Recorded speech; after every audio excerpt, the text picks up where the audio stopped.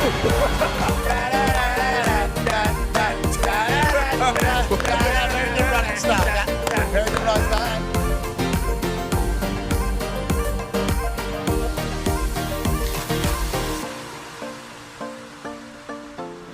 Berkeley, California. You got it.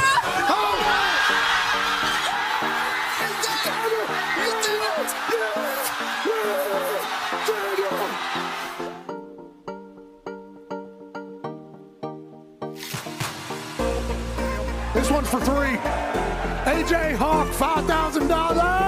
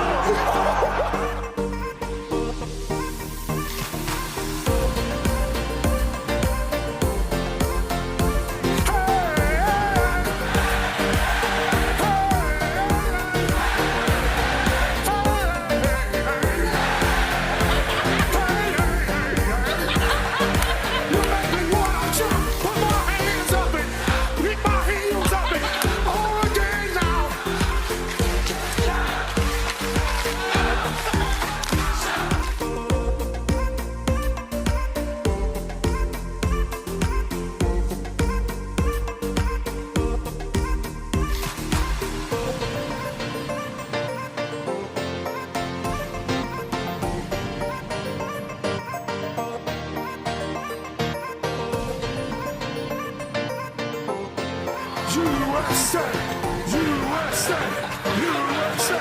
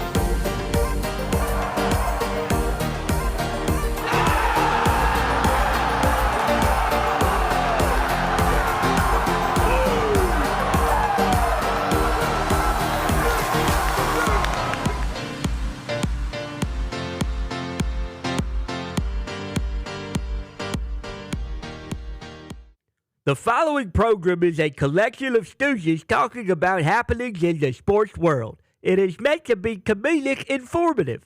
The opinions expressed on this show do not necessarily reflect the beliefs of their peers, their boss, or ESPN. There may be some cuss words because that's how humans in the real world talk.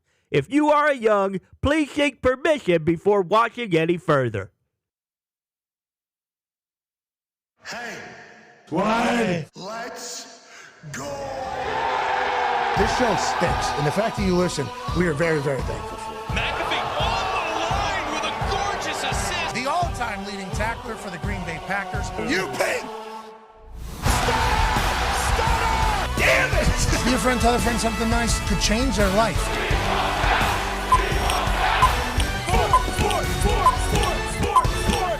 Hello, beautiful people.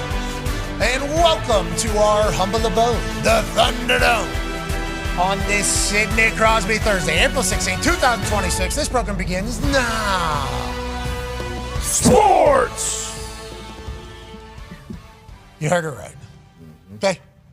When the intro happens, hello, beautiful people, welcome to our humble bang, and then I get to the name of today's program. Okay, there we try to put a word that is going to probably encapsulate what today is going to feel like as we're chit-chatting. We've used big-time sports, big sports in different ways because we know that there's going to be a variety of sports. We've used, moments, events, celebrations, championships in there before.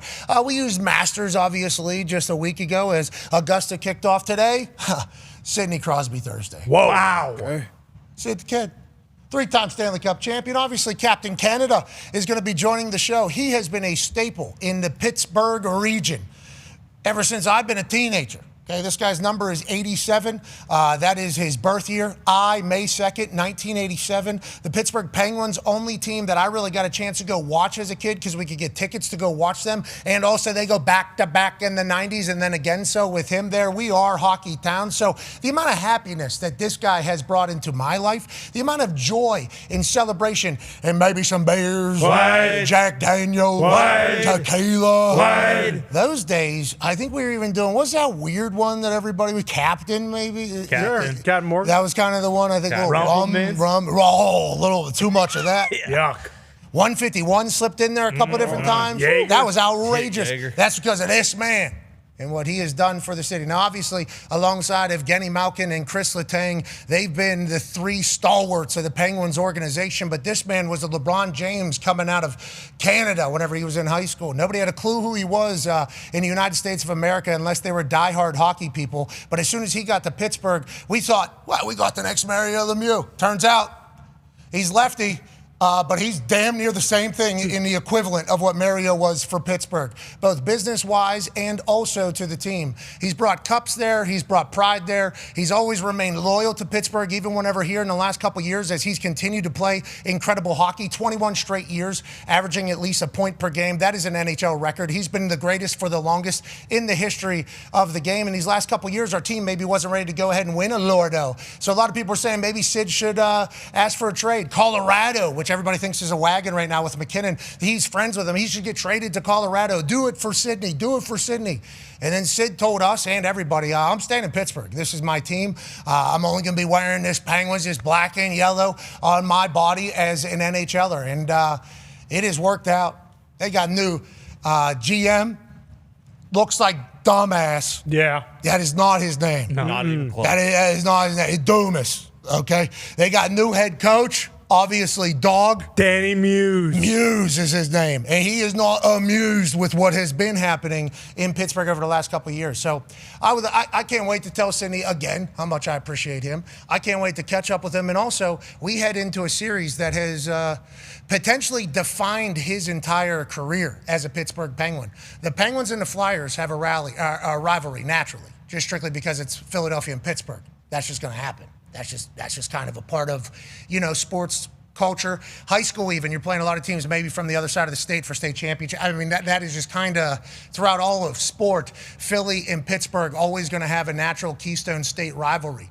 So Sid has kind of taken that to heart, and the way the Flyers fans have treated Sid is disgusting, like kind of how you would expect them Johns over there to kind of act. And Sidney's just beat the shit out of them. I mean, he has scored more goals against them than anybody else in the history of playing against a team. His series in the playoffs, he's this. The Flyers have yet to win a Stanley Cup since 1970-something, certainly not under Sidney Crosby's watch. So we are going into a series that starts on Saturday that he is probably very excited about, and also one that he predicted last year at Big Night Out whenever he said, we got some more runs in us, don't you worry, we're going to do this for a couple more years. And then he grabbed a football, which we didn't know he did that ever in Canada, and throws $1 million ball through a hole 30 yards away. Yep. That's Sidney Crosby in a nutshell. Cannot wait to catch up with him. It's not just Sid today. We got Q Rich joining us here in about 5 minutes. The NBA play-in finals for the East and the West have been cemented.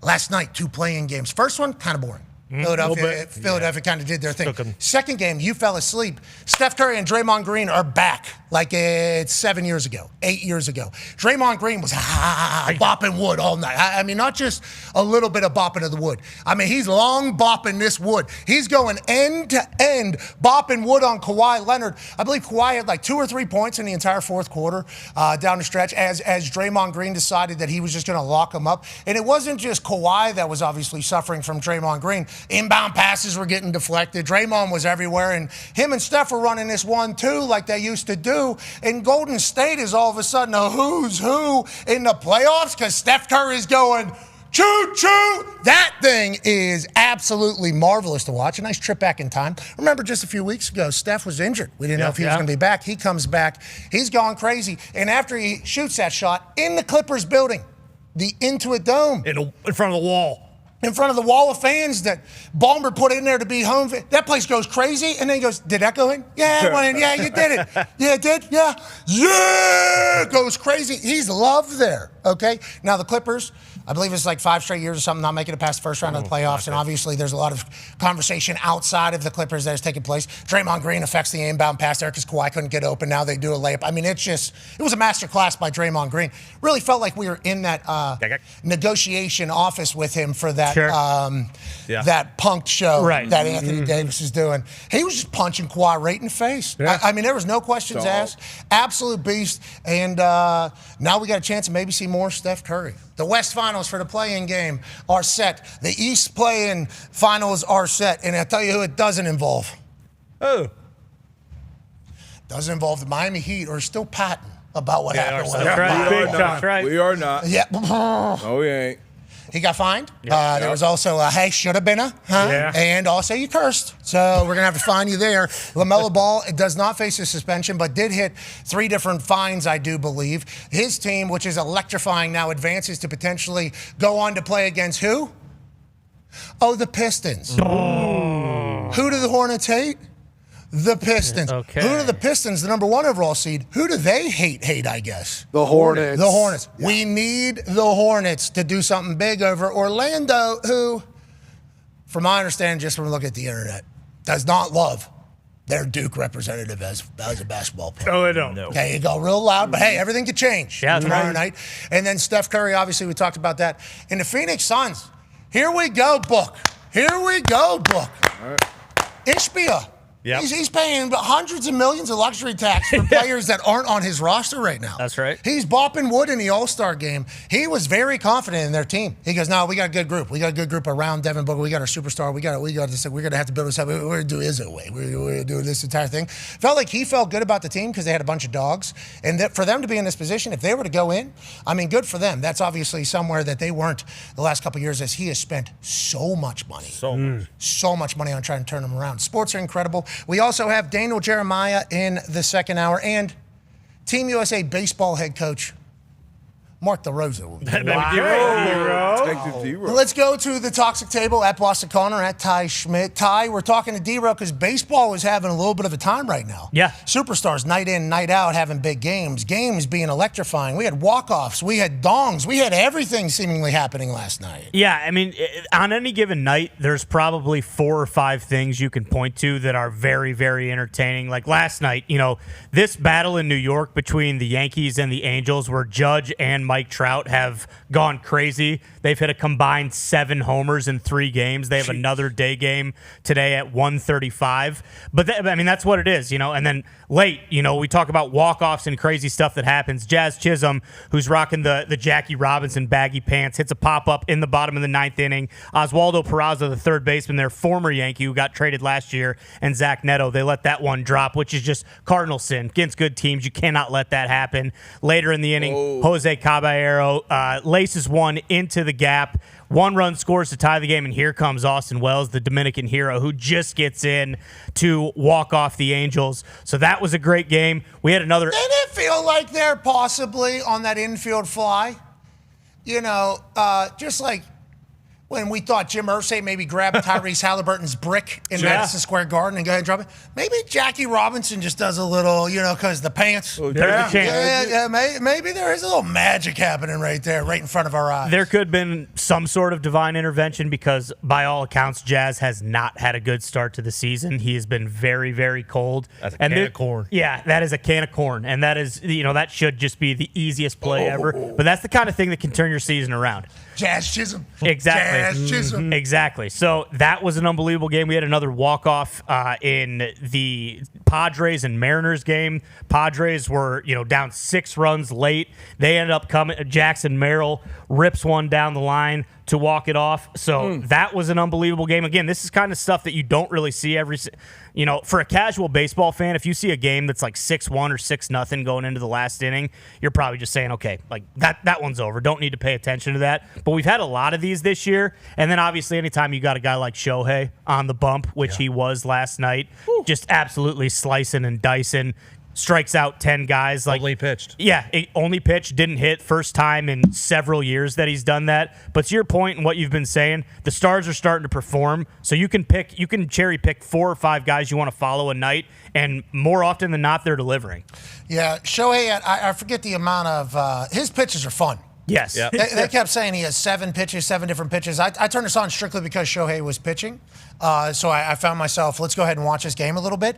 That ball's moving. His off-speed stuff is nasty. 73-mile-an-hour thing he dropped, and that thing looked like it was literally a lolly play. I mean, it was just like boom. By the way, Joe Buck back on the call. He's unbelievable calling baseball. Yeah, I like Joe Buck. He said he just gave an interview last week, said, I'm not doing baseball. And then all of a sudden I hear he's doing baseball, and I'm like, I was bummed when he said he wasn't doing baseball. I think his dad was big-time baseball commentator, right? Yes. And then he broke in through baseball, I believe, Joe? Yeah. And he got a lot of hate, right? Because... Yeah, because, well, his dad was the play-by-play guy for the Cardinals for a long time, so I think for a very long time, like, Cubs fans hated him, but then he called every World Series for the longest time, so... Obviously, you call enough of those, there's one team who loses, they're going to hate his guts. By the end of it, yeah, I think he pretty much was hated by damn near every fan base. So I would think that he probably in baseball is like, He's done it. I've really enjoyed that. I'm very lucky. Obviously, his family has done great. But it sounded like in the answer he gave, I think it was maybe Front Office Sports or one of them, something like that.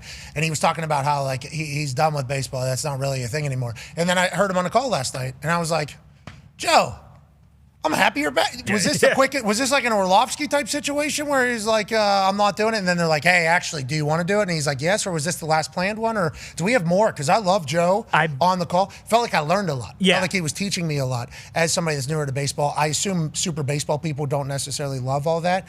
But to your point, anytime you're commentating anything, you're the soundtrack of either the best moment of the team or the worst moment of the team. So you're going to get hate, and Joe Buck has certainly experienced that, a generational, obviously, with his dad being in the game. I like the way he does things. He's a smooth operator. Yeah. He is a smooth operator. He's the best. And ESPN lost Sunday Night Baseball this year. It's on NBC now, but I think they still have like a package of 20 showcase games maybe throughout the course of the season. I don't know if it's been confirmed that Joe Buck is going to be on the call for all 20 of those games, but I wonder if it is something where he may, pick and choose which ones he does want to call. And the more Joe Buck is calling baseball, like I'm all for it. I love when he's on the call. Yeah, and watching Shohei deliver was sick. Yeah. I mean, it was fun to watch. It did put me to bed, but I enjoyed it. Tried to do the prime thing. First game was not as exciting as the second one. Shout out to Philadelphia, get a big time. Let's go to one half of the Hammer. Dahn! Cowboys AP Tone, what up, dude? I know he's kind of being a bitch right now. What? But you'll see. Michael Cole's Mets, I believe, have lost, was it 7 or 8 straight? Just on the other side of the Shohei thing. Just wanted to get that out there. 8 straight, yeah. 8 straight? Him as a shut up. He's being a bitch, right? In my eyes. You don't have to say it. I'll say it. It's pretty strong. Yeah, you went real hard out the gate there. I mean, it's 12:13 Eastern. I mean, that was. Well, if you're not with you, then you're against you. So. Agreed. I mean, and that certainly has been noted. The descriptor on how you get in there, you can get in there a lot of different ways. Also, Lord of the Marks, that guy's being a bitch too. Yeah, I've No noticed. longer Lord. I've noticed him. Yeah. There's some Bishop. Do we know this guy? What's this dude's name? The Arch? There's a Bishop something. You talking about Bishop Dyer? Dyer? Yeah, what is that? Who's that? Is that a thing? The Yankees hitting coach? Is that? He was saying something too. I don't need that in the main event. Oh, shut up. Who are you? What is that entire thing? We all knew WrestleMania was happening 10 days ago. Sure. Definitely. Everybody outside of the diehard wrestling people definitely knew WrestleMania was happening 10 days ago, for sure. That certainly was something that was happening. 9-year NFL vet, Darius J. Butler is here. Hey, That baby. event- On the road to WrestleMania. It's been a run It has. of a road to WrestleMania here. What's it been? 2 weeks? Yeah. It's been a lot. More of a sprint. It has been, hasn't it? Like a 40 almost. Yeah. It felt like it was a combine there. I do wish it was a little bit longer, but there had to be a little bit of, I'm going to let Randy do what he wants to do. I don't need to step on him. Conversations happening, let him do what he needs to do. Hey, you just got to kill everybody, I think, bro. I think that's what you got. The way he went about doing that, he actually, Yeah. Big time. And then there was the moment of like, all right, let's go. All right, now it's time. St. Louis, perfect time to say, hey. And now all of a sudden they got our photos on the side of stadiums. And I would just like to let people know what Randy Orton's going to do on Saturday night is something that has been needed to be done. Okay, and he's going to be the one that does it. And once he saves the business and becomes 15-time world champion on Saturday night, Roman Reigns on Sunday is just going to hammer home the point. Boom! Yeah. There's going to be 2 nails in the coffin of bad business. Boom! Boom! And then all of a sudden, guess what's back? Wrestling, baby. Now let's go ahead and do sports entertainment to the maximum that it can possibly be done. And as a Randy's been doing that. Oh, yeah. You should hear the buzz when Randy walks into a place. Oh. That's the champion. Yes. Exactly. Superstar. When he walks into a room, they go, "Whoa, that's what a WWE superstar is." Yeah. Takes up the whole door frame. Bingo. Hey, actually, what happened at the door? Fucking Randy Orton, WWE champion, came in. And, I get it. His shoulders blocked the. Yeah. Quads look like redwoods. Exactly. European uppercuts, perfect. I mean, everything about it. That is what it is. So whenever he becomes champion for the 15th time, everybody else kind of understand what WWE business is. Yeah. Just as easy as that. And then Roman's going to be like, actually, let me help out a little bit here. Bingo. And then he's coming in with that boom. 9-year NFL vet, Darius J. Butler is here. Go on the road to WrestleMania. Yeah, can't wait. Actually, D-Butt, what are you excited about getting out there to Vegas? Should be a lot of fun. I mean, the energy is always great out there. Can't wait for obviously what happens on Saturday. And I know you said Sunday's going to stink outside of Roman. I'm locked into Sunday too. This is the time. This time of the year, the market, it just takes over me, and I turn into a WWE mark, maybe a TKO mark, who knows. But we'll see. This weekend should be great. It's always great. You never know what surprises you may get. Obviously, you have shoot sports. You got the playoffs going on, NHL, NBA, and then you got Mania, so I can't wait. I like that you're dropping shoot sports in there. Yeah. Hey, good for you, dude. I appreciate the mark in you. And I also appreciate the fact that you understand what it's supposed to look like. Yeah, I've been a fan a long time. We understand it. It's just kind of, sometimes you got to remind people. And that's what I've been telling Randy is, hey, Randy, you just got to tell these people what it's supposed to be. And he's doing it. Have you got to the bottom of what you're going to do with D-Bone? Because I saw the clip. DeBone? Yeah, D-Bone. Who knows so what it is? I know knows who AJ is said at he this was point. in on it. It's like, hard to. Yeah, right. This guy, no way he's thinking past that step right there. And then His next meal. Exactly. That step. There's no way. He is a doofus. He will never be left alone. Okay? On anything that I'm a part of. Never again. Smart. But on that note, I certainly will continue to monitor the whole maybe he was in cahoots thing. Sure. Because that's not good for culture. No, Not at all. But like you said, That is not good for culture. his brain's the size of a peanut. So Somehow. Yeah, exactly. Massive, massive head. The brain is the actual size of a peanut. So, and I'm not talking a peanut with a shell. I'm talking a peanut that's been out of the. So, do you think he could really, orchestrate this whole thing or be in cahoots? I don't know if he could. I think he's too dumb. I think he's way too dumb. Can we see him right now? See how he looks? See? That's. Is that the same shot from yesterday? Yeah, that's or is not that right exactly. now? Pants on? He's great graphic design. I will say, the guy can make a graphic. I mean, he's an artist. Good Thunderball player too, I must say. Great I must Thunderball say. player. I don't Trots know. it off. Yeah. I love He loves guys good love taking pitches, yeah, exactly. All right, let's move along. Let's go to some shoot sport conversations. Ladies and gentlemen, the last 2 nights on Amazon Prime, we have watched a play-in game, something that has become a little bit of a spectacle to fill in between the end of the regular season and the playoffs to maybe get some more names involved. This year, a lot of names involved. LaMelo Ball said, how you doing to the world? Avdia said, hey, rest of the country, I've been over here in Portland kind of doing my thing for a while. Steph Curry and Draymond Green introduced themselves back to the world. Paulo Banchero is getting destroyed on the internet, but he can turn it all around in one swift swoop. Joining us now is a man who can break down the playing games a little bit more and also tell us what we need to be watching for in these games. Are we seeing if Steph Curry's shooting at a bigger hoop than everybody else? Because it's starting to feel like he is. And when he was doing that before, I know I was wearing probably a bigger shirt. I was a little fatter probably then. It was years ago. But if that's still in there, I think. Yeah. I think that's still in there. Can get you some wins. And if 36-year-old Draymond Green is, I'll punch you right in the face. And he did. Anytime. Ladies and gentlemen, Q Rich. Yeah, you rich. That was awesome to watch. What's up, fellas? Golden State was awesome to watch. I mean, granted, I had to watch it this morning. Okay, that's 100% on me. I fell asleep. The West shit for the NBA is very difficult. I have a kid, I have a pregnant wife, and I have a full-time job. So it's going to be tough, those late-night games, and I will kind of doze away. But if Steph Curry is going to be playing like this, I will certainly stay awake. You know, the Lake Show was the late show back in the day because Kobe was doing his thing. Steph Curry took that West Coast late night game, kept people up for a long time type of basketball for a while. Is he back? Are they back? And if is Jimmy Butler, how much should I be believing that this is happening over the next couple months, Q-Rich? Listen, I mean, Steph Curry, as long as he's healthy and he's able to play and run around, he's always going to be the equalizer with that jump shot and with that three-point shot that he has. He's probably the most deadly guy in the NBA shooting the ball of all time. And I mean, whenever he's always, there's a chance that he could hit one and everything changes. That's the type of player he is. It just takes one to go in, and we saw that exact example last night, and he got going.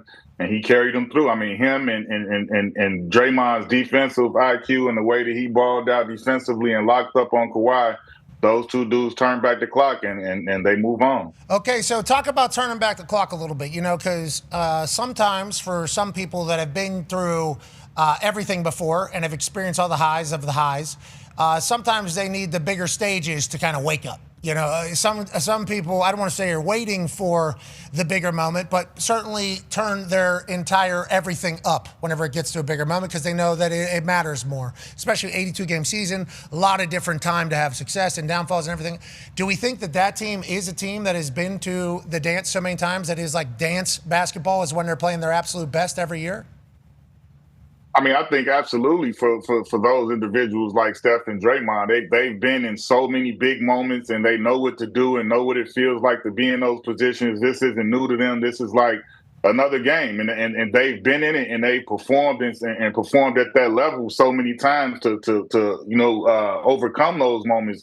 It's like instinct to them, and that's why teams like that with those type of players has been around the block so many times and still can play right now and still can dial it up. But they're always going to be dangerous in these play-in and playoff type situations. Tell me about Charlotte now. Brand new team, feels like. Miles Bridges obviously been around. Happy to see him have his success. But LaMelo, new to the scene. Obviously, Con, going to be brand new to the scene as he continues to do his thing. Charlotte as a whole, to an entire generation of NBA fans, probably new to the scene. Tell me about this squad and what you like about them, and how are their chances against Orlando to move on to take on the Detroit Pistons? Hell yeah. I mean, it's gonna be a hell of a game tomorrow night here in Orlando. And I mean, this team Charlotte has been one of the most exciting and fast playing up tempo teams this whole second half of the year. They didn't have a great start, but they got their chemistry down. They got everything, got their players back, and you're seeing it right now, man. They are, if nothing else, they are extremely exciting. They play super hard. They play together. They defend, and they're a team that you never know what's really going to happen because it's like they got some wild cards. LaMelo was playing his butt off, having a hell of a year. The big addition was Kobe White. I think you saw in that game against the Miami Heat, he came in and he pretty much helped win that game for them with the points he scored and the run he went on. He kept them right there and put them in position to finish off at the end. So I think them against the Magic tomorrow is going to be a huge game. My Magic definitely need to bounce back. Lost last night against Philly, but they got a chance to shore it up and still make it in. So I'm looking forward to tomorrow night. Come on, Friday. Play-in championships to get into the playoffs. Suns, Golden State, Charlotte, Orlando. Who will get into the big dance? Okay, we had some breaking news this morning out of Shams Charania's Twitter account. 65-game rule that has come into play that if you don't play 65 games, you don't get awards, which potentially lead to bonuses and obviously legacy and career and everything like this. This was for load management reasons. They put in a 65-game requirement. Well, now we are learning that you can challenge them. You can appeal the ruling if you don't make it to 65 games, get to state your case. Extraordinary circumstances challenge is what Luka and Cade Cunningham presented to the NBA. I assume it was hey, this wasn't load management. We got actual injuries, poor timing. Sorry about this. We still think we should be able to win some awards, especially with legacies on the line and actual contract money. I think Tyrese told us it was like $40-50 million difference for a title that you didn't get or that you do get. So this is a massive ordeal. Happy to hear that there is a potential way to appeal it if something actually happens. Anthony Edwards got denied, I do believe. Yep. He did the same thing with the extraordinary circumstances challenge and had it denied. Cade and Luka get it passed, so they are up for the awards. On that note, D-Butt has a question for you. Yeah, they are up for the awards, but pretty long shots on DraftKings. But the favorites, 3 favorites. SGA is the favorite, Wemby, and Joker, who led the league in rebounds and assists first time ever. If you were picking, if you had the one sole choice to pick this year's MVP, who would you go with?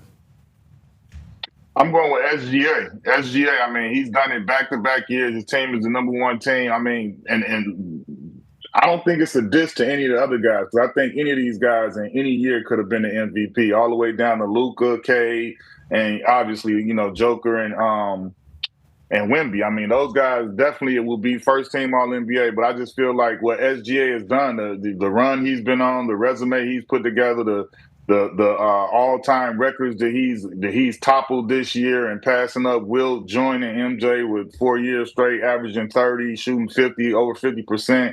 I mean, he's the man right now. Like I told you last time, he scored 20. He hadn't scored 20. The last time he didn't score 20 was December 2024. I think that's asserting your dominance on the league and letting everybody in the world know that literally no one can guard me, no one can stop me. The way he walks and dresses, too, is just awesome. He knows it. Yeah. He knows it. Like, he is 100% certainty he is exactly who he is. I walked out of a hotel elevator at the ESPYs, and he was just, like, chilling on the wall on the side. And he, like, was dressed so cool. And there was, like, 2 people around him that they were having a conversation. I, like, looked to my left. It was a fucking movie scene. I'm like, oh, good for you, man. Literally what I said, and then I just kept walking away. Leg up. He had like a baggy suit on, pant. So cool. Fur? At the ESPYs. It was at like a full length. Fur. Yeah. This was elevator. Swag is crazy. Swag is crazy. Crazy. This was elevator the next day. It was like loose suit pant. You know what I'm talking about?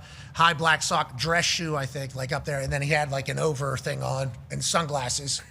And then there's 2 guys talking to him. And I just literally pop out of the elevator. Who knows what my altitude was at that exact time? Walk out. All right, I'm going to try to get out of here without seeing too many people. Where the fuck do I go? Speaking of the dress code, Pat, you see I wore my Jordan T-shirt today because I took a lot of flack on social media for saying that MJ was a GOAT, as if people would expect me to say something different. I don't know why. I'm a kid from Chicago, Southside, Wild Hornets. I watched every move this man made, and I ain't seen nothing like it since. So, and it's no disrespect to nobody else. It's no disrespect. We all are giving opinions. I get my whole social media flooded. Oh, you got killed, huh? This, you wasn't that. I was like, I don't care. I'm not about the finger battle with you Twitter people and all of this. Like I said what I said, and I stand on it. MJ to go. Okay, I like what you did there. I appreciate what you did. I also like you got murdered out there. It was hot. It was hot in the street. It was hilarious to me. I just enjoyed it. I don't really. That doesn't rile me up. Like those are just people somewhere behind the screen. I'm not really affected by that. I find it kind of funny, and it's literally still going on right now. People are battling back and forth in the comments. Like it's not even about me anymore. It's just them going at each other, and I'm just looking at it laughing. Like this is hilarious. So this is why sports television. I'm not gonna blame anybody. This is why sports television did LeBron versus Jordan for 4 years straight every single morning. Yep. Bingo. Gotta have a conversation. Still doing it. Because it just goes crazy. LeBron crazy. He just led the league in fast break points, by the way. At what age? Year 21. Oh, he's cherry picking, Age 41. Oh, Cherry picking. fast break. Barely No, playing it's the defense. opposite. Cherry picking. No, but on that note, 4 years straight, maybe longer, every single morning, every single one, there had to be at least one discussion of if Jordan would have done something differently than what LeBron did the night before. Or if coming 2 days from now, what would Jordan be able to do against his team that LeBron probably won't be able to do? Like that was literally every single. The reason why? It's because of his comments right now. It is very rarely do you have 2 people that are like representing a generation. Definitely a generation. And like my entire adulthood with a brain and memories is watching this guy just crush forever. And it's like during the social media age, during the things where you learn about the type of person, you can get literally caught doing anything at any time, seemingly. You have to be super guarded. He put his entire family and friends on. It's like, I don't know. It's a little bit of a different era, so it's tough to judge. like imports. But if I was from Chicago and I had a Jordan candle sitting right next to my computer, I understand that I would say, and also if I played basketball my whole life like you did, who have a much better opinion than I would have, I like that you've kind of dug in there. It's going to be loud, though. And it's not just because I'm from Chicago. I could have been from Antarctica, and I would still believe and know the same thing. That's just more pointed that I'm from there, where it all happened. But I could be from South Africa, West Indies, and it's still the fact. That is what it is. It's not, And yes, I am a Jordan Brand athlete since 2000. Michael Jordan handpicked me. I saw a lot of that in my comments. He handpicked me. Yes, blessed and all of that, but still, those facts remain the same. The fact that I'm a Jordan Brand member has absolutely nothing to do with my opinion on who the GOAT is. It's the timing, too. Like, if you are, a teenager or a young kid, like, when I saw Deion Sanders, dude, like, it's going to be hard for anybody to ever be a better, and seeing Michael, I had an older brother, 6 years older than me, so he made me sit down and watch Michael. And you, like Q just said, you never saw nothing like it before, and you still haven't really seen anything like it since. And I'll admit, I was brainwashed, and I would never say anybody was a GOAT outside of the Black Cat. So, I mean, it just is what it is. But LeBron, Mitt, you growing up in this, D-Bone, like guys who have grown up only seeing that, it's going to be hard to convince them anybody 20 years from now ever be better than LeBron. And I'm not trying to convince them, DB. I'm not trying to. Everybody's entitled to their opinion, and I'm not I'm not taking anything away from LeBron. Like, anybody with eyes can see what he's done has been nothing short of amazing. To come in with the hype he had and everything that was expected, to overshoot that and jump over what people were expecting, and still year 21 to be doing what you're doing, you can't take nothing away from him. If you try to, you hating, but that don't mean that he's better than MJ. Okay. That's all I'm saying. See, we just did. We did it. We just did it right there. Once it comes up, you got to have a conversation. We just did the whole thing. All right, we got 364 more days this year. Yep. And then we got to hit that 3 more years after that. Okay, let's make sure we hit all this shit. Okay, I'm sick of it. April 16th. I'm sick of it. Okay, let's get back to the playoffs, which is obviously everything that everybody's going to be talking about the NBA until it's over, and then it will all be drama about everything else that has happened around the NBA. So let's talk about what's going to take place over the next couple months. Go ahead, Con Man. Yeah, Q-Rich, big conversation with the playing games is like, hey, congratulations, your season's over. You get to go play the 1 or 2 seed in the East or the West. When you're looking at those other series, LeBron Lakers going up against the Rockets, Nuggets going up against the T-Wolves, Cavs, Raptors, Knicks, Hawks. Do you see any underdogs making it through on DraftKings? The odds prices for the series are pretty lopsided towards, the favorites, the Lakers kind of being the only one that is the higher seed that doesn't favored in the entire series. But any of those do you see coming out? And then also, there's no chance the Trailblazers can get it done versus Spurs or any of those other series, correct? Should we just assume it's going to be 1, 2, 3, 4 across the board? Yeah, well, I don't know. The ones that I will keep my eyes on, like you said, the Lakers and the Rockets, I'm interested to see how that series goes.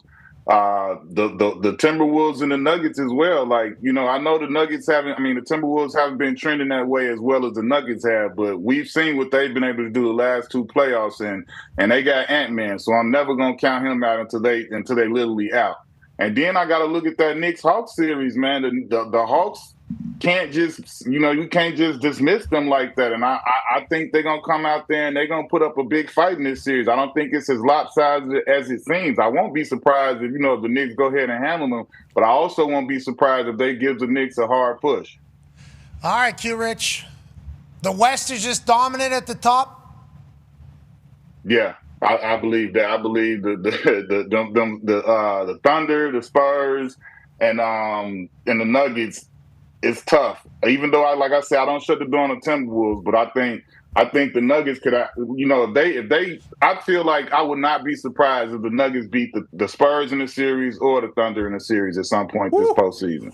I think Joker and them are they can be that good. It won't be shocking to me if that happens. Celtics, Nugs. Ooh, that'd be fun to see Joker back on top, especially with what his brother's been doing. Yeah. Mm-hmm. Sit down. Mm-hmm. Sit down. That guy in Boston would be great. That's what I'm saying. That dude looks scary sitting in the crowd. I wouldn't want to be nowhere around his area. Dude, what is he, 6'8" or something like that? Oh, yeah. Fully tatted, jacked. He looks huge. I don't know. He looks huge. Not only tall, but like wide and huge. And like, wait a minute. Yeah, I don't Two of them. Two. Yeah, not just one. That was just the one that was on the video. The other one, I believe, is taller, not as wide, kind of in between Joker and the Mountain, basically. Yeah. How many more of these are there? Not. I can't even imagine what his papa looks like. Oh, They look like some dude that was like, you remember the movie Triple X when they had them dudes? They look like they could have been some extras in Triple X, but those dudes Vin are Diesel in huge. them. yeah. And I'll tell you what, if you're chirping and they don't like what you're, great reference. If they don't like what you're saying, they're certainly going to let you know too, and they know what they look like as well. I think that one guy turn around, and that guy, you sit down. Holy shit! What was that thing? Did the Homer Simpson just went into the grass, into the wall? You're the man. We appreciate the hell out of you, ladies and gentlemen. Hey, we're excited for the playoffs. Maybe you won't be as biased as you are with your whole Chicago, almost 3 decades being a Team Jordan member. Yeah. Saying eliminate that shit. Eliminate that. Eliminate being from Chicago. I'm telling you could take the bias out. It's still MJ. Go ask somebody who's not Brand Jordan for 30 years and still been watching what I've been watching. They'll tell you the same thing. Yeah, we've heard it a lot. I've heard it a lot just because I don't really know ball like that. And I saw LeBron in high school beat the entire Pennsylvania State All-Star, so I said, that's got to be the one right there. And then I watched The Last Dance. A lot of this shit. A lot of Zach Bryan dribbling in The Last Dance. Yeah. Cut it out. Of Zach Bryan dribbling in The Last Dance. Okay? Most points. So, I don't know. Who's Zach Bryan? I don't remember. Who did he play for? Zach Bryan, he played for the LA Fitness in Omaha, maybe? I don't know where it was. That was yesterday. He's the orange, he's a country singer. Okay. Something in the orange. There it is. There it is. Incredible. I mean, revival of the moments that he has. I do not know as much about him as I should. I believe he's a military member. He needs to stay away from basketball court and cameras. Certainly. He should be on basketball court. That's good cardio. Yeah. I like what he's doing. That's great cardio. Somebody airing him out like this when he was on a fast break is unbelievably rude. This was The Last Dance, though. I saw a lot of this in The Last Dance. I did. I didn't watch basketball back then, but I saw. Well, Lampier was clotheslining people. It's like the Lampier was also dribbling that shit over his ear. So I think that's where So let's fucking relax. Oh, man. All right, you're the man. I appreciate you, ladies and gentlemen. It's Q-Rich. Yeah, Q-Rich. Yeah, so let's just make sure we all kind of understand. Oh, yeah. That was my first time watching that generation of basketball. And that's where my take was like, hey, this is two very different sports. Stop it. John Stockton. Tone Diggs was playing. He was 4 of the guys on 15 rosters in the NBA. I don't know how to take Those are just a couple guys, though. Those are just a couple guys. You guys are watching it with your goggles on. Guys off the bench now. Go back and watch the clips. I'm going to have to go back and get eyes on Thunder basketball. Dan Marley. Yeah. Jeff Hornacek. That's some respect. I mean, Kuzzy. Okay, now let's go. We got a full league here still. There's still some others that we need to fill the positions of here, and I think they're Tone Diggs, Boston Connor. Oh, yeah. I think I saw Bruce Brown. Kennedy Jet Smith. I think. That was kind of the takeaway from the playing games. Like, gosh, these are the 9 and 10 seeds. These guys are so good at basketball compared to guy threw a just the pass off average a lady's person. head last night. What are we talking And about? he's the wasn't highest paying paid player on the attention. team. Yeah. He's You're number carrying one pick. water. That's what I mean. What I'm saying though is it's two different sports. The game has evolved so much. Yeah, of course. Like the game has evolved so much. It'd be hard to actually say. Well, who leads the entire history of the league in wins, points, rebounds, games? LeBron? That's got to be The guy that's played in a soft league for a long time. Yeah, Okay. What, because Bill Lampier ain't down there clotheslining people? Lampier. I always hear Stockton about missed Bill. 19 Lampier's games a in goat. his whole career. Lampier's is a goat. I would like to be with Bill if I ever popping off at a wrestling event and somebody like to fight me. I would love to have Bill Lampier like I have Randy Orton. Like I would definitely like that. But when we're talking about just Jordan came in and did things that we've never seen, and thank God he did. Because basketball would have been dead if they would have continued to do what they were doing. If they were doing this type of stuff while they're dribbling the ball. No doubt. But it's 2026, and you still don't see anybody that moves like Jordan. Okay, so athletically we're talking. Yeah, but LeBron's Basketball. 41. Like we just talked about how LeBron is 41. He leads the league in fast break. All right, we're doing it again. This counts for gonna tomorrow. LeBron's in the room. Third time. I grew up hating that guy. People are I gonna- grew up hating in the room. him. I'm from Massachusetts. We hated LeBron more than anything growing up. And then eventually you get to the point where it's like, holy shit, how's this guy doing? Still playing? Yeah. You can brainwash. Okay, we're done with it. That's 4 days worth. Okay? Yeah, too much. We didn't talk about Kobe yet.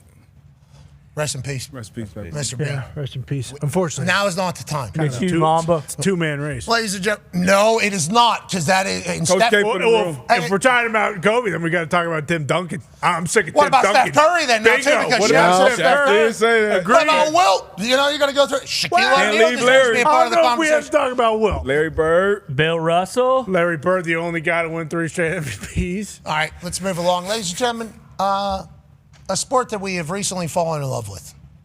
Fallen in like with. Love. Okay, we were in love. It is currently in like. It will remain in like until we get back to maybe the fall, I think, is when it really starts sprucing After up. Memorial Day. After NHL, NBA Finals. What on I'm talking that- about, baby? Ladies and gentlemen, joining us now to talk about baseball, a man who played in MLB, we did the math, 16-year vet. Been there, done that for every team. Somehow not the Pirates, don't love that. The Italian Yinzers would have loved his presence. He's Team USA's coach. He's also the host of MLB Central on MLB Network, 10 a.m. to noon every day. We watch. Fantastic. Yes, we do. This guy, Detective D-Row. It's my favorite. Detective D-Row. How about Bat Class D-Row? Yep. Then he put him in the fire. He had a fire thing on at one Yeah. point. And I will say this guy, greatest visual in the history of sports with a national anthem human edition. You know, because like the B-2 bomber, certainly much better than any human could be. Some singer singing it very well. Some symphony. That shot that we saw recently of the guy getting both flyovers. Bingo. Yeah, that's a great. Like camera. We're just talking humans. When humans are getting shot during national anthems, you know, the best in history. We're talking World Baseball Classic Finals. He had a jawline, pure, hair perfect, hat gripped perfectly, right over left chest, which I learned as an adult, the heart is actually more so in the middle. So we've all been doing this one here because I think that's what we were taught. Is that fake? I don't know why that happened to all of us, but the heart, I guess, is down here. He had that thing locked in right here, and somehow there was a perfect uplighting, and they had this 8K shot on the jumbotron, 35 seconds of the national anthem, maybe. I've never seen anything so. I felt fucking alive. I hope he has that on repeat in the bedroom, in the living room, and in the kitchen. Ladies and gentlemen, fresh off the hot stove. Coach Monterosa. Do you have that picture? What an intro! Do you have that picture? Oh my! I know exactly what you're talking about. If I could tell you what I was thinking in that moment, I was looking into the stands, going, "Wow, this thing got big. Yeah, this matters. This got big in a hurry." Yeah, this matters. They were loud. Their fans were loud. It was obviously, you knew you guys were going to be outnumbered, I think, in a couple of different places. And us getting a chance to experience the ponche and the culture and just the vibes. And obviously, them going on to win is gigantic. But showcasing all of Latin baseball, it felt like, is what that really was. I want to go down there and watch these games now. We're removed from it now. Did that really happen, Pat? We didn't win? I was there. I was there. D-Row. I'm still potting. Yeah, you are still popping. It was a tough walk out of that stadium. I'm going to let you know. I know you guys had a tough one, too, with the silver medals. Obviously, we were there. Yeah, miserable. All of them. We're gonna talk to some people. We got to rework that. We can't be getting silver medals on the field. And then I had to hang in there and give the fake hug to everybody after. Yeah. Like, way to battle with me. This is rock bottom. Yeah. Well, on the field. You're on the field, too. Everybody's watching you. We were watching you. Yeah. We were about 30 feet away from you giving them a hug because they would meet you and then they go down in a dugout. Yeah. A couple of the boys kept the medals on. A lot of the boys took the medals off immediately because it wasn't what they wanted. But let's talk about that experience as a whole. Yeah. Was that the best one that World Baseball Classic that there has been? And I feel like it was good for baseball as a whole. Would have loved to win, D-Row. I think you obviously more than us at this point, especially with what you were hearing from everybody in all walks of life. People that don't know baseball either were calling for you to not have your morning show anymore. My God. You're great on your morning show. I'm happy that didn't happen. I'm back, though. I'm back. Yeah, you're batting 1,000 over there. I fucking watch. But on that note, what do you think of the World Baseball Classic now looking back? I think it was great for ball. Yeah. So many thoughts. Played in it in 09 as a player, and we didn't know what we were getting into. Then managed it in 23 and could kind of start to feel the groundswell from Japan and the Latin American countries. And then you couldn't deny the passion of it this time. I mean, that thing was all-encompassing. The game against the Dominican, when I took the lineup card out with the umpires and Albert Pujols, I played with Albert in 09. We're good buddies.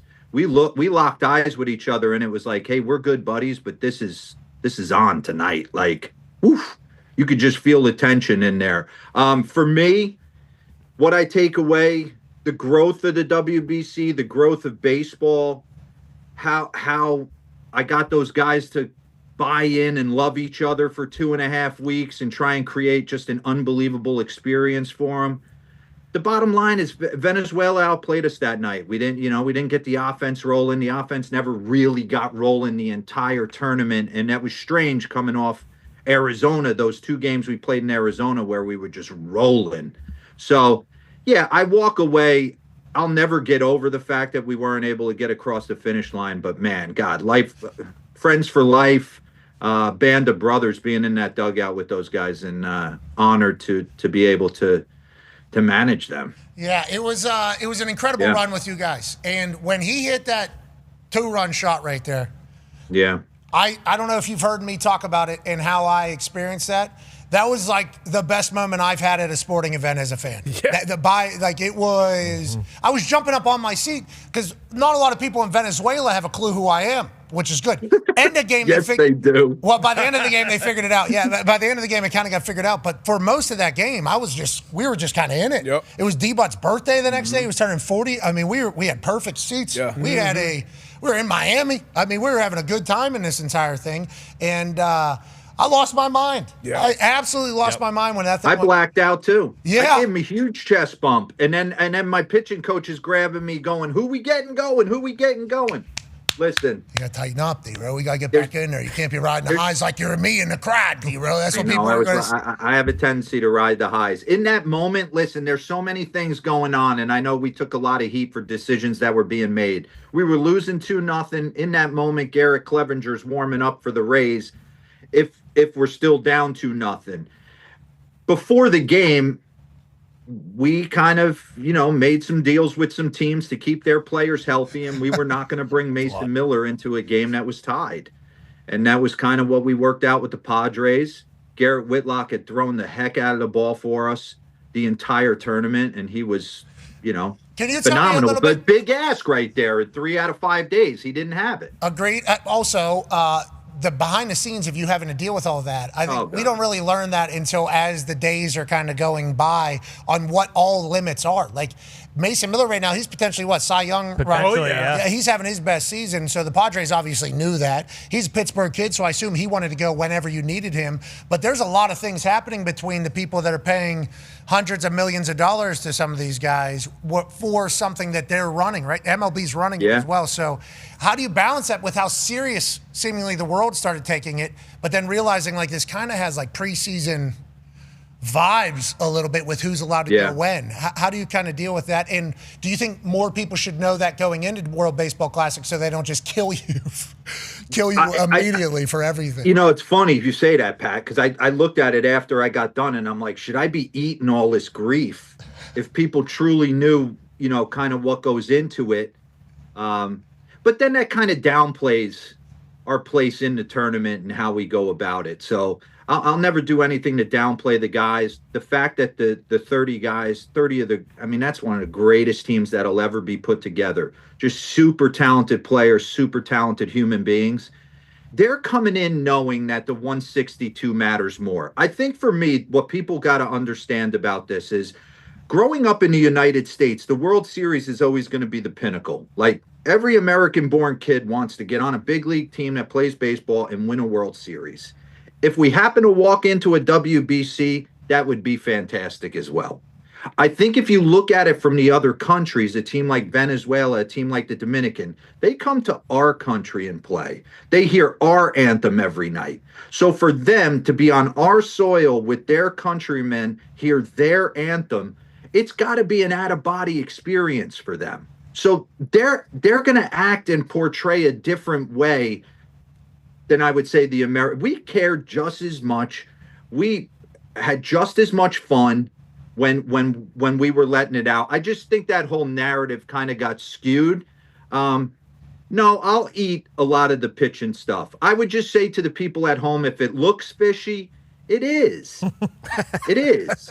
You know, like Byron Buxton stayed in center field and I would move Pete Crow Armstrong to the corners. That wasn't because I thought Byron's a better center fielder than Pete. That's because we were in agreement that Minnesota didn't want us moving Byron around.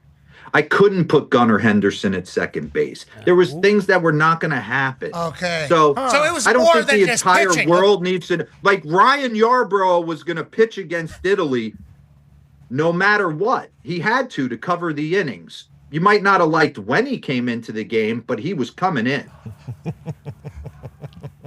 Yeah, I killed you for that. And I know. I know. But I also kind of knew all this stuff. I didn't know any of this stuff. So he's killing you on knowing this. I thought it was just pitching. I didn't know it was also outfield. I'm growing the game, Pat. I got to eat a few. I don't want to know any of it. What? I just want a gold medal. Damn it. Okay, all right, yeah. Which is what So do I. Yeah, amen. Okay. All right, let's move off the World Baseball Classic. Now, right. I feel like we're much more informed. I think it was great for baseball. Yes. And I think it was an incredible start to the season. Go ahead, D-Bud. Absolutely. I think you're incredible for baseball, too. Love the Detective D-Rose said a couple weeks ago talking about my Marlins. But you mentioned you played in 09. And then obviously I've been following, I guess, a little more closely the guys that played in the WBC this year. How did that impact you as a player? And how do you think it's impacting the guys that played this year to start this long MLB season? Yeah, I think for me, first, I got to share a batting practice group with Derek Jeter and Jimmy Rollins and David Wright. So I'll never forget that. That was 2.5 weeks of the most fun in my life as a player. I think how it impacted from a position player standpoint, it's a no-brainer to play in that thing. You're getting playoff at bats in March, and then it rolls right into the season, and you're ready to go. From a pitching standpoint, you got to have the right mindset. What do you mean? You got to come in with you got to change out. You got to ramp up quicker. Mm-hmm. You got to understand that once you get in this environment, there is no governor on anything. I know you think that you can kind of tone it down. You can't. I mean, you felt that room against Venezuela. It's too much. It's too big. There's guys on that USA roster that'll never play in games like that in their career in the big leagues. Mm. So it's tough to turn that off. And you gotta be willing, and that's why Andy Pettit, our pitching coach, always said, love him. If they're on the fence, I want the guy who wants to be here, not the most talented guy per se. And that's why Skeens is such a unicorn. He was my first call on the pitching side, and he goes, "I'm doing this for every serviceman and woman." And it's like, all right, dude. Well, I'm like, I'll go to war with you. Yeah, he certainly did out there. And then Venezuela came back, and I'll tell you what, they had an army. Yeah. That place, you talk about the magnitude and how it felt in there. That was special, man. That really, it was cool that your sport was bringing that to the world, but also just getting a chance to be in there with the Venezuelans, celebrating how emotional they were, how happy they were. They were great shit-talking sports fans, I would say. Yeah. Maybe the most friendly. Yeah, clean. Yeah, I got a lot of love for Venezuela. I played winter ball there, coming up through the minor leagues, and spent a lot of time over there in Caracas and made some great friends, the Bobby Abreu's of the world. And legend. Legend. Couple other guys. So the Venezuelan, my Venezuelan teammates in my big league career, I always had a little kind of special bond with. You speak Spanish? No, I don't. How many years I could say I could say the bad words. Okay, so you can fit in a little bit, but then you drop one of those and they go, gringo! Right, so yeah, I can understand what they're saying. It's just the speed at which they say it, I can't pick up everything. Yeah, we're trying though. You know, I see a Spanish sign. I try to learn the word. You know, I'm trying to pick it up. I'm not doing Rosetta Stone or that other one. I think there's another one. Duolingo. There it is. I will at some point try to learn it all. 281 days straight. You are? Yep. Really? Which language? I do multiple. I do Spanish. I do chess. Oh, so you're dicking around. And I there. do math. Okay, you're doing 281 straight days of math? Math, chess, or Spanish. Oh, so you just keep the, you know, you got like to chess keep the melon there. sharp, man. You don't use it, you lose it. Yeah, you're right. And if you don't reuse it, you never had it. Mm-hmm. You know what I mean? Well said. Yeah. The issue is, do you feel like you could speak Spanish right now? No, I can understand it though. And then it's different. You got Venezuelan Spanish, you got Puerto Rican Spanish, you got Dominican Spanish. Well, I'm down in Miami, so it's Spanish. Cubans, you know, so it's so maybe you got to learn Latin, so then you can just Pick up learn keywords. all That the helps. languages. I keep up. Latin helps all the languages. Why don't you drop that one in there? Maybe drop math out of the equation. The dead language, Latin? Latin, chess, and Spanish. That I even feels got good. the Game of Thrones language on there. Oh, Dothraki. Oh, Italian. Sure. Yeah. Okay, let's go back to some baseball, shall we? Big change. Thank you, D-Ro, for enjoying that conversation with us. We're trying to learn Spanish. This is what we're trying to say. We're trying to get into the game. Big conversation around baseball has been fun for me. I don't know how the purists feel. Go ahead, Con Man. Yeah, D-Ro, feels like the ABS system has been a massive addition to the game. I saw the percentages that have come out. The catchers are absolutely crushing umpires. Pitchers and hitters kind of trailing behind them a little bit. How do you feel about the ABS? Do you feel like it is kind of taking out a part of the game, the framing, each ump having their own strike zone type of thing? And do you also feel as though the umps, at least behind home plate, when it comes to strike zones and, plays at the plate, might be on their last legs? Like, we might not need them anymore if we have a set strike zone for every single night? Yeah, that's the fear, right? Like, if you can get every call right, why don't you do it? I'm still an old school purist. I do love the ABS and what Rob Manfred did a couple years ago, putting the pitch clock in. You can't deny it. I mean, that's game changing. That's basically saved the game, and from an entertainment standpoint, I know when you play, you're not worried about that stuff. But now being on this side of it, it matters. I mean, watching. So in on the pitch clock, in on the ABS. I think that the interesting part for me is watching how it appeared certain teams had meetings and how they're going to deploy it and when they're going to use it. And other teams were just going rogue early and just challenging whatever they wanted.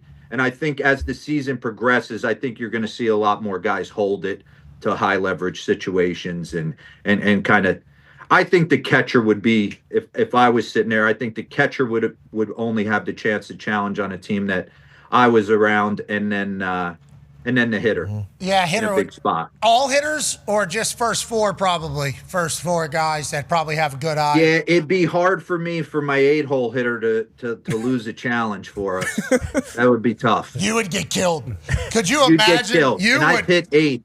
I'm not using the challenge unless bases are loaded. Mm-hmm.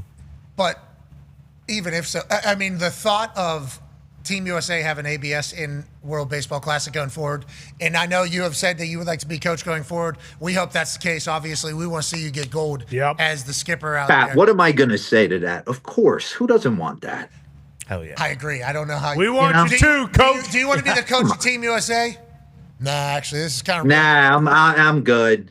Cool. a couple other countries calling. I think I'm going to try. Yeah, the environment wasn't that cool. I'm going to try to get over there. I'm going to try to. ABS is going to be in there, though.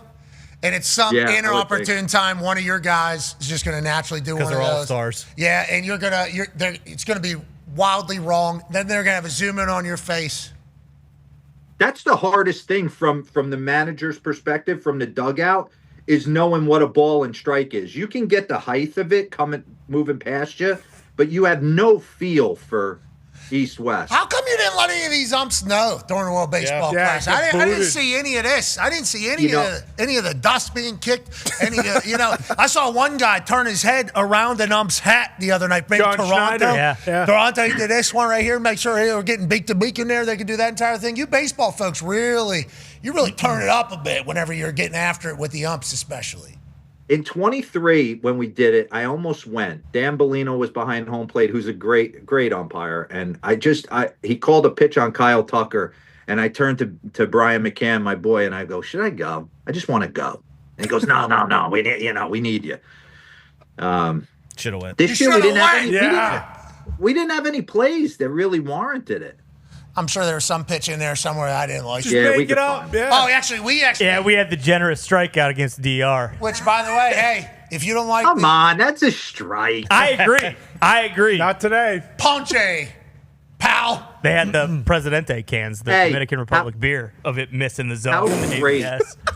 How great though did Perdomo and Albert Pujols handle that moment afterwards? Yeah, that was cool. They could have made it a whole thing, and in the moment, again, from my vantage point, it looked like a great pitch. Yeah, of course it was. Know it was that well. Yeah, from my vantage point, it was fantastic as well because I got to go experience Ponche Venezuela World Baseball Classic Championship, and it continued our friendship with you. We appreciate you joining us even after Ty just absolutely sawed you down a little bit. Well, no, I love it. I love it. I had to, D-Row. Listen, and I knew a lot of the stuff about, you're basically being hamstrung with a lot of these guys. Just as a Yankees fan, I just knew that just wasn't the moment for Ryan Yarbrough. But what are you going to do? What are you going to do, Amy? Your hands are tied. You got it. You got to fire them when you got them. So you got to fire your bullets, man. Exactly. Hey, we appreciate you, D-Row. You're the man. You guys are the best, man. Watch all the time. We watch you every morning. Got a TV? What do you think?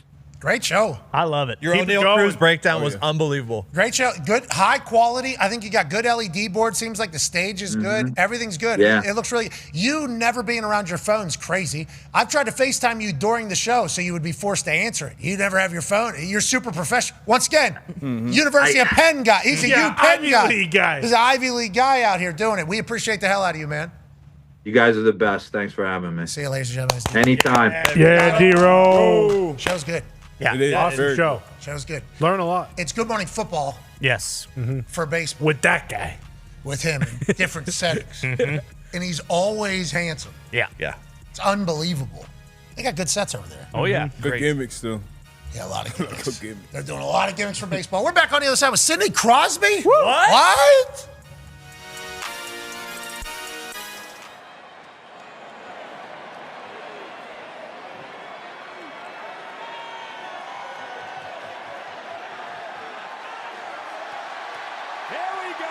Now it's time to celebrate. Is it?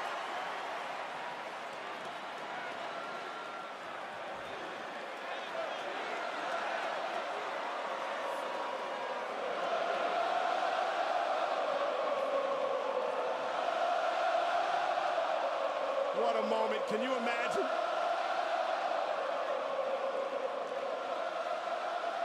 McAfee for his boys. For the brand. Now the celebration is on. Brad McAfee and Stone Cold Steve Austin. McAfee's wanted to drink beer with Stone Cold forever. What a magical moment. A dream scenario. Brad McAfee wins his match at WrestleMania and shares a beer with the Texans. Oh no! Stunner! Stunner! Stunner! Stunner! Austin stuns McAfee! I hate to say it, but DTA, Pat, don't trust anybody. Especially the dirtiest son of a bitch to ever play the game. Austin 316 says, I just stunned Pat McAfee.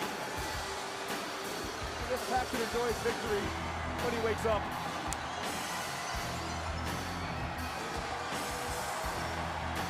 The celebration belongs now to the Texas Rattlesnake, Stone Cold Steve Austin.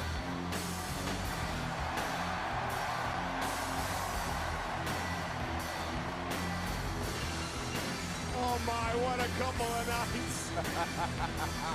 Oh, there he is. Yeah, head back. Celebrate. Give him about 10 minutes. I'm surprised you're even here tonight after last night. Well, I didn't expect Austin to be here tonight. Okay, Pat, I like doesn't matter, Pat. I respect the game. Stone Cold Steve Austin with another WrestleMania moment. In the city where it all started for Stone Cold Steve Austin 30-plus years ago, the Texas Rattlesnake with a Texas-sized celebration in Dallas. The following program is a collection of stooges talking about happenings in the sports world. It is meant to be comedic informative. The opinions expressed on this show do not necessarily reflect the beliefs of their peers, their boss, or ESPN. There may be some cuss words because that's how humans in the real world talk. If you are young, please seek permission before watching any further. Hey. What? Let's go. This show stinks, and the fact that you listen, we are very, very thankful for it. McAfee on the line with a gorgeous assist. The all-time leading tackler for the Green Bay Packers. You ping. Stop! Damn it! Be a friend, tell a friend something nice could change their life.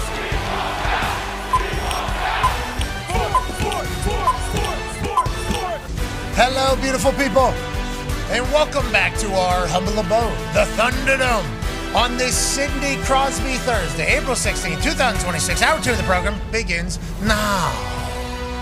Sports are the greatest, and we are about to enter playoff season for the NBA and the NHL. And if you're not a hockey fan or from a hockey town, I do have great news for you. If you've never seen the sport, what's about to happen in the sport is the most dazzling thing in all of sport. I was very lucky to graduate high school from Plum High School in 2005. That is in the East Hills of Pittsburgh. The man that is about to join us right now got drafted with the first overall pick to the Pittsburgh Penguins in 2005. Now, he and his boys, Evgeny Malkin and Chris Letang, followed Mario Lemieux, Jaromir Jagr, Ron Francis, Tommy Barrasso, and a litany of other legends in Pittsburgh that make us the hockey town. Easy. That's a Detroit Red Wings fan back there. Nonetheless, I am from a hockey city, and I am lucky for that this man has led us to so much happiness, so much success. And he's the only dude to have 21 straight years of averaging at least a point per game. An absolute stallion, a consummate professional. For the first time on this program, ladies and gentlemen, Sidney Crosby. Yeah! What's up, guys? Okay, I watch Mighty Ducks. Is this where we're sharpening the blades at? Is that where are we at in the room here? This is the equipment room, yeah. This is where all the work gets done. This is Tags' room, our equipment guy. Okay, how long has Tags been there? How long's Tags been there? His first year was my first year. I think he was the third guy then. So he's been around for a while. He's the head guy now. He started off as the third guy. Oh, he worked up the lines. Okay, this guy. Okay, Yeah. he was an Apple at one point, and then he puts the C on the chest. Let's talk about your run since 2005 in Pittsburgh. Obviously, coming in to the NHL, we found this out in Pittsburgh as we were learning about you becoming the next superstar. So highly hyped, highly regarded. You know that. Obviously, you're super duper humble, which is why you've been able to play for so long. But whenever you get to Pittsburgh, did you feel the magnitude of the city and how much they appreciated hockey? And through this run, why have you remained so committed to the city? Because obviously over the last couple of years, there's been a lot of people saying maybe you should go elsewhere, maybe you could do that. You've remained very committed to Pittsburgh. Can you tell me a little bit more about that and maybe tie it into your hockey life over there? Yeah, I mean, it couldn't have been a better place to come just for the fact that it's an unbelievable sports town, but also because we were a group of young guys kind of coming up in the league together. So coming out of the lockout, there's obviously a lot of pressure, being a first overall pick, but to know that you were sharing that with, a ton of younger guys that were excited for the opportunity, wanted the responsibility to be a part of this team and to grow it. And with the fan support that we have here, it's just a place that, at the time I think thought was going to be incredible, and it's worked out to be, even more looking back. So, I think just from the day I showed up at the airport, it was packed. It was more than I could have ever imagined. And to think 20 years later, here we are getting ready for another playoff run.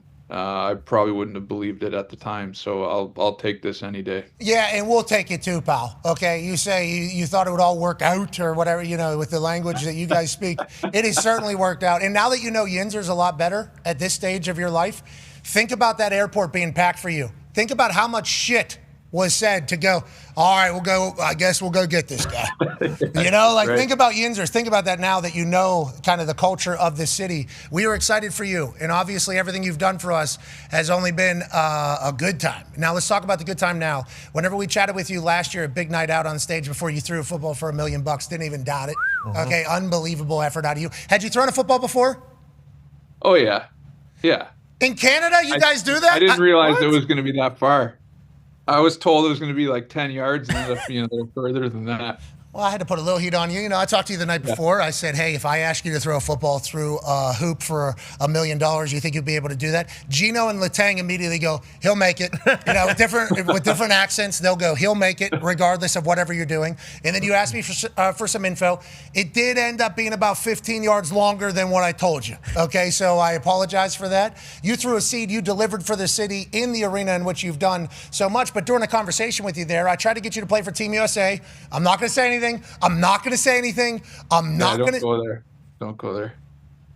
I mean, we could. Sorry. We didn't play. Oh, I'm not going to say anything. I'm not. Congrats to you guys. Congrats to you guys. Still top 2 in the world. Still top 2 in the world. That's good. Okay, man, I did not. But then the next conversation was, hey, what does this all look like? And you immediately mentioned to them, we want to do a couple more runs here in Pittsburgh.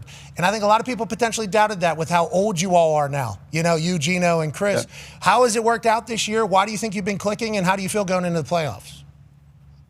Yeah, I mean, I think we just, with so many changes in the offseason, I think we came into camp just short term. We just want to have a good start, get things organized, and try to get on track. And we had a great start. That really helped. I think a lot of guys that came in had something to prove for a lot of different reasons, whether it was a young guy, whether it was somebody getting an opportunity that hadn't really, guys on 1-year deals that want to prove themselves, a lot of different things. So I think we came together as a group really quick, saw that we had some success, and Hazy says hi, by the way. Hey, what's up, dog? How you doing, brother? Hey, baby Hazy. Hey, baby Hazel.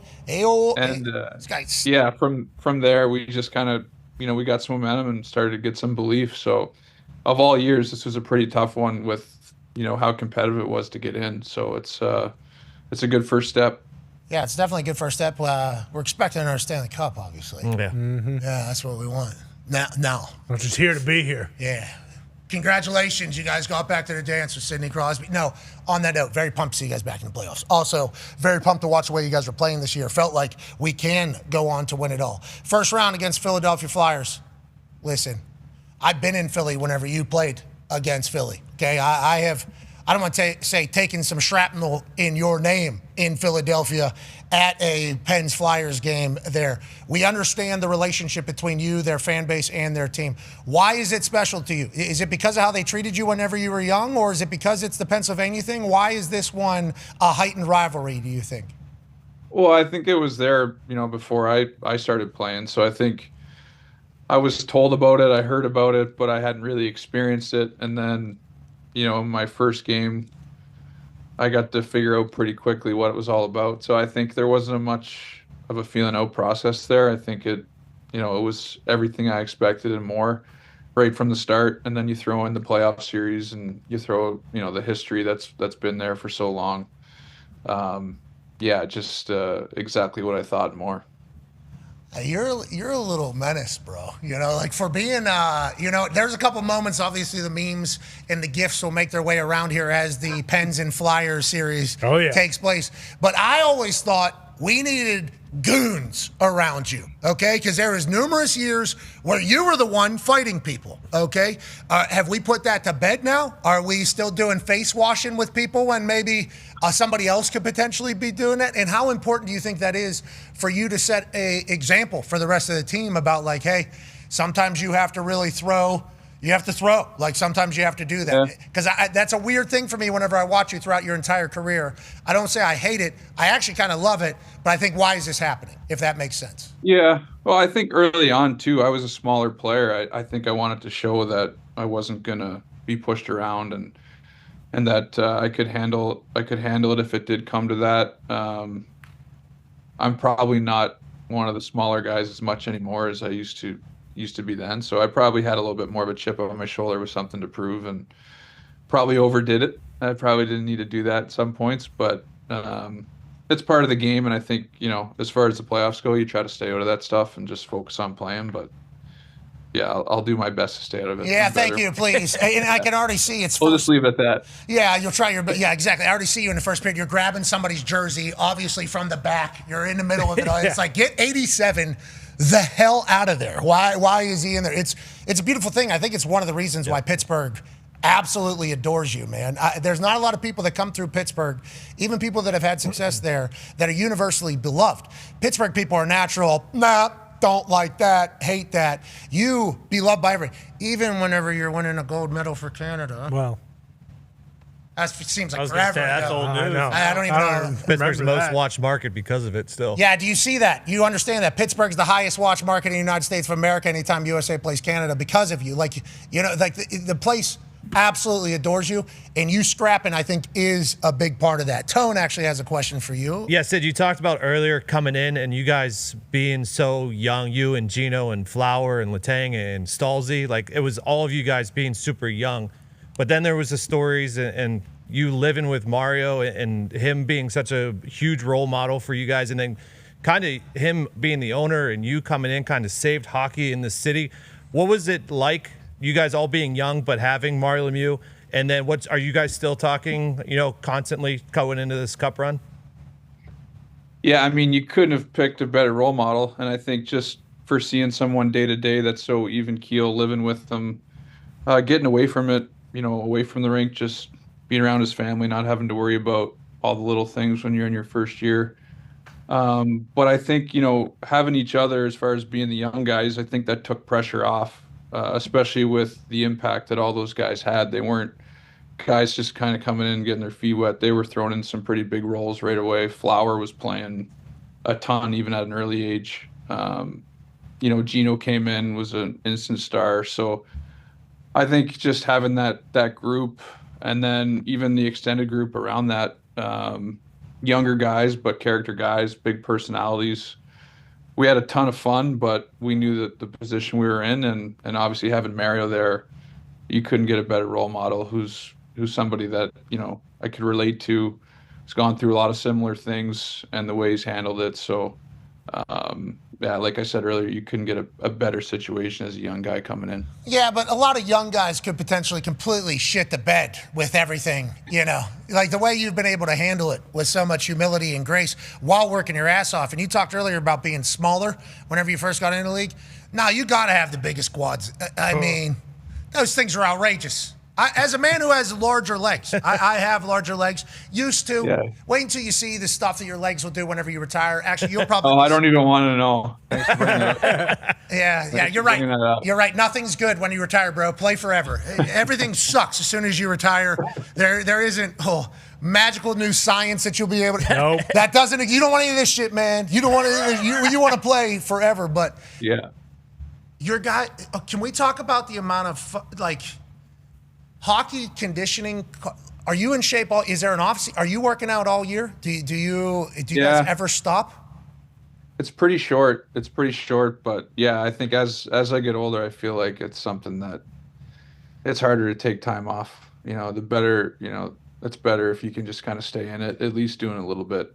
The month, 2 months off straight, those days are over. Yeah, well, tell me about you skipping the All-Star game, pissing everybody off, and playing on a lake in Colorado. Is that what it was? Is that what it was? Hey, look, Tanger! Tanger's in here now, too. He's super handsome. Wait till these... For people that don't know, the guy in the background right there, ridiculously handsome. I mean, just like, yep, there he is. Yeah, there he is. Oh, that's exactly what he wanted to hear. That's like the worst. Hey, Tanger, he loves getting his tires pumped right now. Hey, Tanger, thanks for your service to Pittsburgh, pal. You're welcome. Hey, you broke It's some all because record. of him, though. Yeah, of course. Keep him happy right now. Yeah, I respect that. Are you going to sharpen the blades there, Tanger? Is that what you're about to Yeah, yeah. Or trainer Tags is not really on the job right now. Some time off. He started as a third liner. Tag started down low in the bench. You're saying he's already taken time off. This is what happens, Sid. Whenever greatness is around, people start getting comfortable. Can't have it. We're going into the playoffs right now. Get Tags' ass back in there, Tank. Yeah, I'll get him. He's eating a pizza, so. Thank you. I'm gonna get him. Thank you. Uh-oh. I don't like that one bit. Not at all. Hey, you tell Tags he needs to tighten the fuck up over there. You hear me? You tell Tags we appreciate his service. We He'll certainly be in here any minute now that he's seeing this. Yeah, Tag's a good man. Whenever you talk about everything you do gets judged. Like that All-Star game thing was talk. But then what I learned is you were playing hockey in you found a rink that you could just play. Is that like what you do? Like when you travel or do anything, you have to find ice to train on? Is that the life of is that your life? I like to know. It's not a must, I wouldn't say, but I was in Montana during All-Star break and we didn't have that much time. So I was trying to balance getting a rest and then be able to jump into the game and be all right. So skating outside seemed like a great idea. So it was nice to get out. There's nothing better than being out in an outdoor rink. I've never done it actually.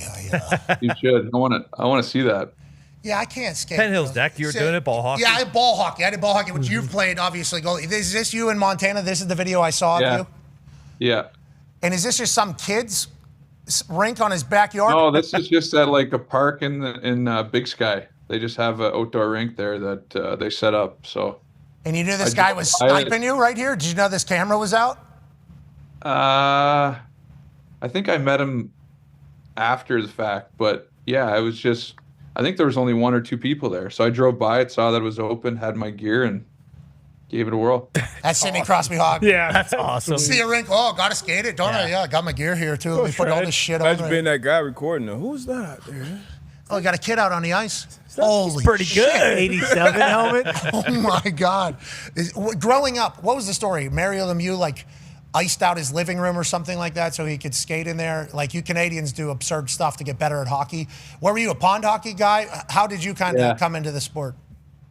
Yeah, I mean, the weather wasn't quite as cold, so if we got cold weather for long enough, we were on the lake or on the pond for sure. But mostly ponds. We played a little bit on the lake, and hockey we practiced twice a week, 1 or 2 games. It wasn't an everyday type of thing when I was growing up, so you just love being able to get that extra time in playing, whether it was on the lake or whether it was playing street hockey.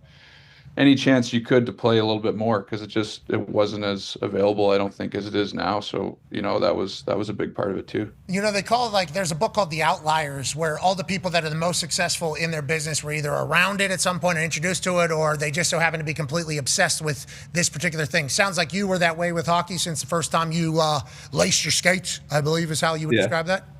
Yeah, right from day one. I think I started skating when I was 3. My dad played. My mom has a big family, and all my cousins played. So we, it was something that we all did, and we all followed one another to the rink, or I used my cousin's hand-me-down gear. It's just something that brought us all together. So it was great way to grow up.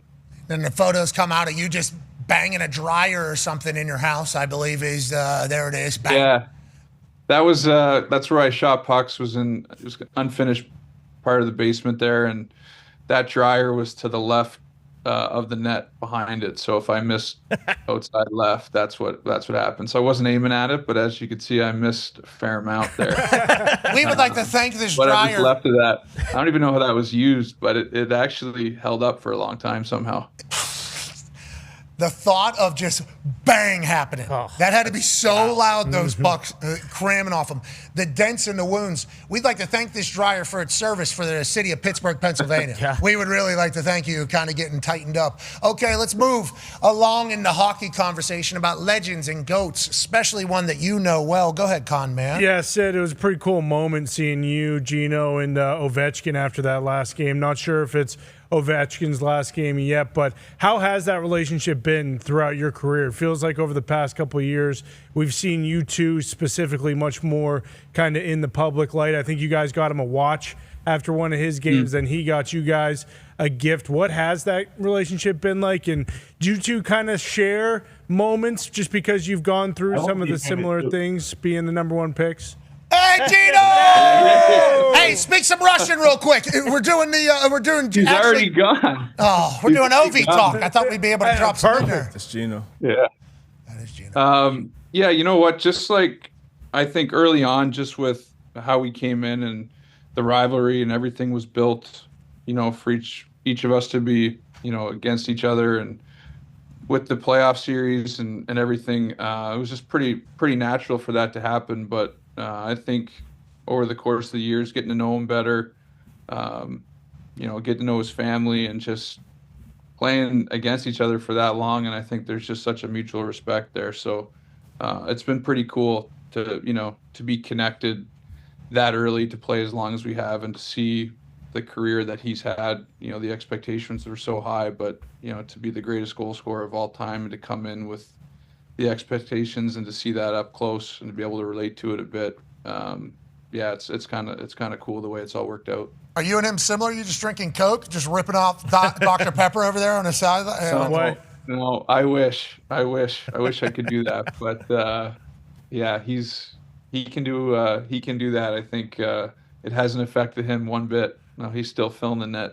He might be the last of a dying breed. Oh yeah, like, actually, like actually, because the way they bring him sandwiches, and it's like multiples, and they're like, here you go, Ovi, and then here's a Kool-Aid size bottle of Coca-Cola, hot Cheetos, and now go. That's a nice program. That is. How are you? You're super. Are we weighing food and everything like that? No. I mean, I try to keep an eye on it. I love sweets. I wouldn't say I'm super dialed in, but I'm much better than I was. I wish I would have known a lot of this stuff when I was younger, for sure. I didn't quite follow it as close then, but it's okay. Yeah. 21 straight years. Dude. You're a few cups. Yeah, I think you're doing A-okay. On that note, D-Bud has a question for you. 21 years is nuts. We were actually talking about LeBron and Michael Jordan earlier. Would love to hear your opinion on that. But dominating for so long, you've won Stanley Cups, you've won MVPs, you've won gold medals. What, I guess, still drives you? What's kind of at the core of that motivation for you at this point in your career? I think playoffs, just competing in, big games, meaningful games, the camaraderie with the group, being part of a team, that doesn't ever get old. But I think those two things stand out the most to me, is just the competition, everything that goes into that, and being part of those big games, and then just being part of a group. I love coming to the rink every day. I love being around the guys. And we got a great group here, so it's been a lot of fun. You want to keep that going. So I think that's, those are probably the two biggest things. And as far as what's the other part you had for me, MJ or LeBron? Yep. Whoa. Okay. This is the fourth time we've done this on this show. So I just want to let you know that. I got to go MJ, just because growing up I was a huge Bulls fan, and they were so good growing up. And then I got a chance to watch Last Dance, and I had this image of how all these guys were going to be. I had no idea. I had never seen much of them growing up. And then I see Last Dance, and they're exactly what I kind of envisioned that in my head growing up. So I think that, that probably solidified it for me. Probably MJ. It's settled. Wow. Yeah. Bit of a runaway. Yeah. Everybody's saying the same answer. All the goats do. Where are you from again? What town? Cole Harbour, Nova Scotia, east coast of Canada. That's way up there, right? Aren't you guys way up there? Yeah, we're pretty up there. Not by Saskatoon. No, it's nowhere near Saskatoon. No.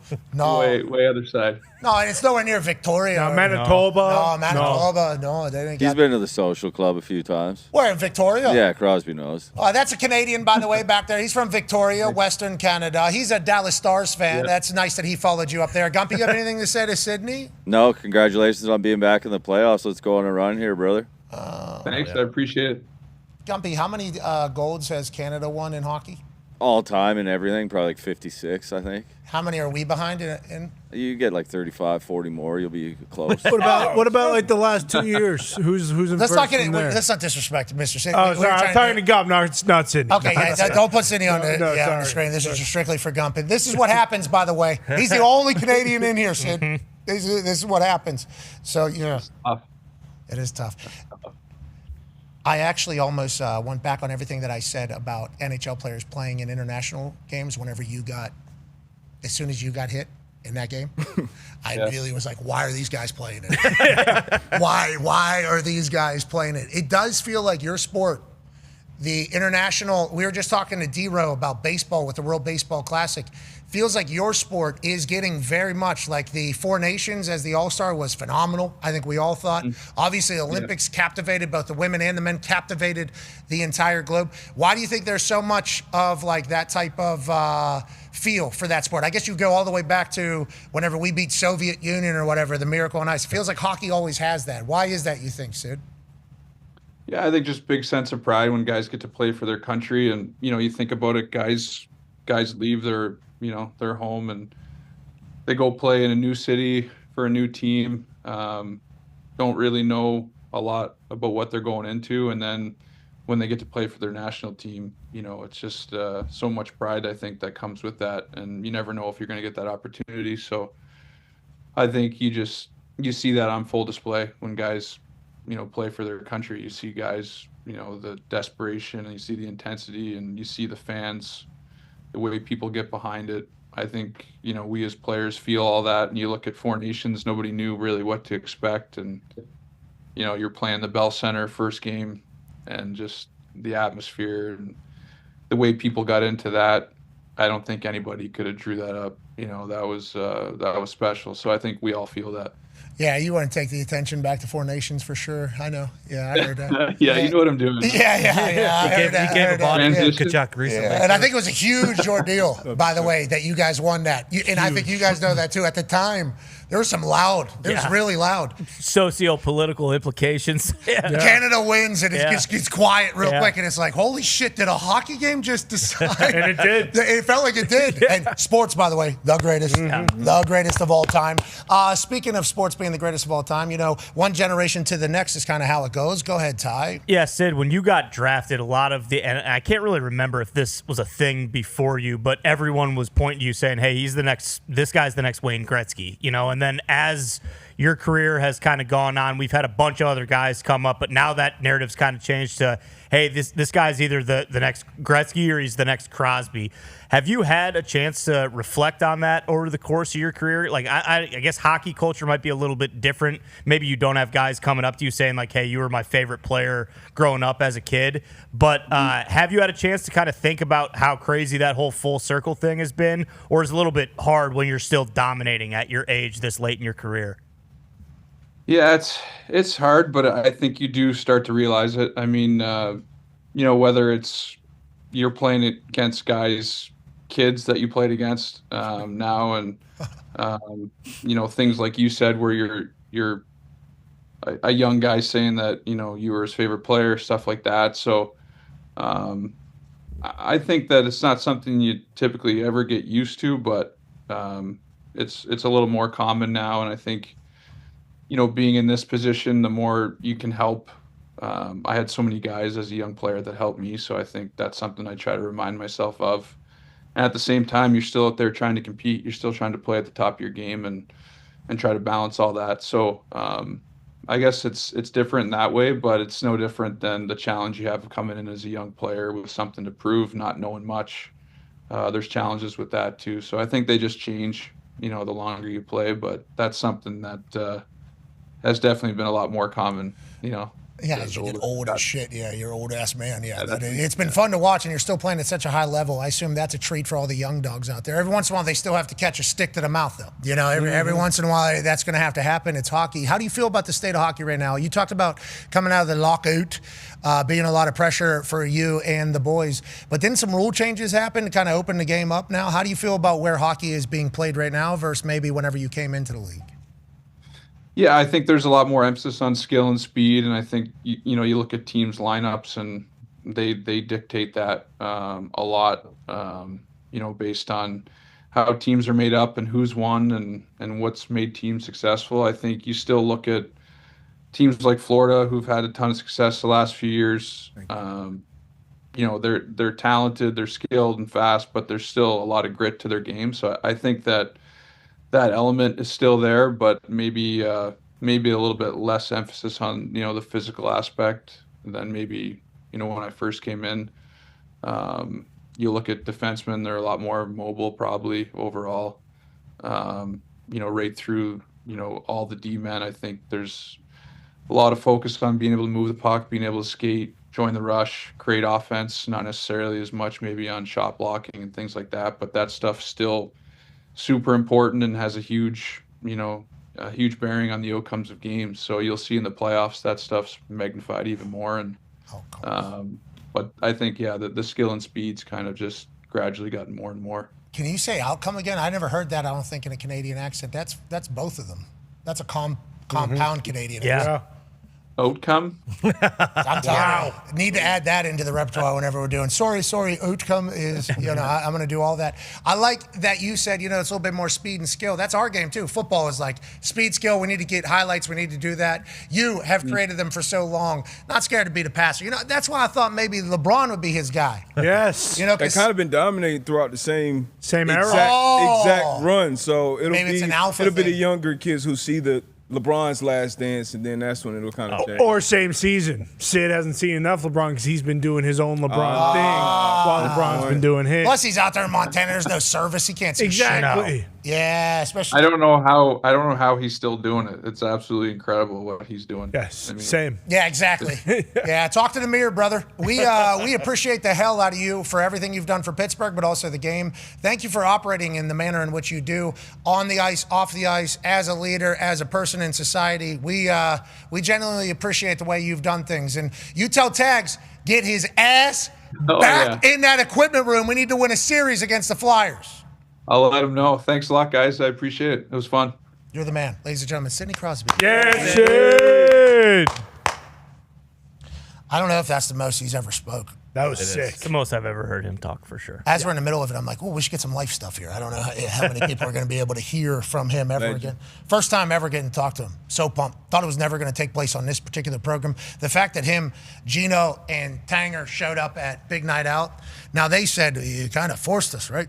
It was we were going to be home. But then they showed up right there too. Yeah. Like they're just always around each other. It's you knew they were coming in. It was great shit talking with them and learning about them. They've been around each other for so long and obviously have had so much success. So anytime you have that, obviously great camaraderie. Hockey is an incredible culture. It's an incredible sport, and the playoffs are ridiculous. And Sidney Crosby is back in there, and it's a problem. Because much like everybody says, Steph Curry, he can get hot and go. Yep. Penguins can go. Now, everybody's talking about that team right there being the one. They're saying Colorado's a problem. They're saying they are an absolute problem. And that's what everybody's saying. But we shall see. The NHL playoffs kind of figure itself out as it goes on. And people will get injured. We'll never know. Somebody will have a broken back out there. Yep. We'll find out afterwards that they actually had to pick his ass up and shove him onto the ice, and he couldn't sit down on the bench because he actually had a broken tailbone. But he played for 2.5 periods or whatever, just couldn't finish the game. It's like that's what hockey culture is. It's crazy. Florida has owned hockey. Yep. This year will be brand new. I'll be rest. Hopefully. As Sidney Crosby, Tampa. Sidney Crosby brings it all the way back. Let's pivot from Sidney Crosby to another GOAT. Ladies and gentlemen, a college football national champion, Super Bowl champion, Ryder Cup winner, AJ Hall. Oh, he's glowing for Mania. Are you heading out for WrestleMania out there in Las Vegas, AJ? Yeah, I don't know. After I saw what Cody did to the Thunderdome and what DeBone actually may or may not be a part of, I don't know. I'm thinking about it now. You kind of put me through a loop. I didn't even once think that he would be able to boom, bang. Well, you guys, the fact that you said he has the brain of a peanut, and Ty says, no, not a shelled peanut. When you take the shell off that small, I didn't take that into account. I thought I give DeBone some credit. I think he is smart. What are those Chinese finger trap? Edamame? No. Oh yeah, the Russian nesting doll. There they are, Russian nesting doll. What? Yeah, the Russian nesting doll that sits inside of the other one. Yeah. Oh, sure. You take it off, you pull the smaller one out. You pull its head off, you pull the smaller one out. What Ty was trying to say with the unshelled nut, You're taking all those. Exactly. Yeah. We're getting way down in the bottom of that thing. Yeah. Yeah. That's what's connected to his spine. And I'll tell you, incredible at graphics. But there's no way he set this up and knew this was going to happen. Now, on that note, I don't like that Cody did this. No. Not at all. I don't know. I saw a picture last night of Bone hugging Cody. So Yeah, and he What? liked one of Cody's photos that Cody posted. Had the yesterday. strap with Wayno, and he liked it. See, AJ, what you don't know, everybody in here wants me to fire D-Bone.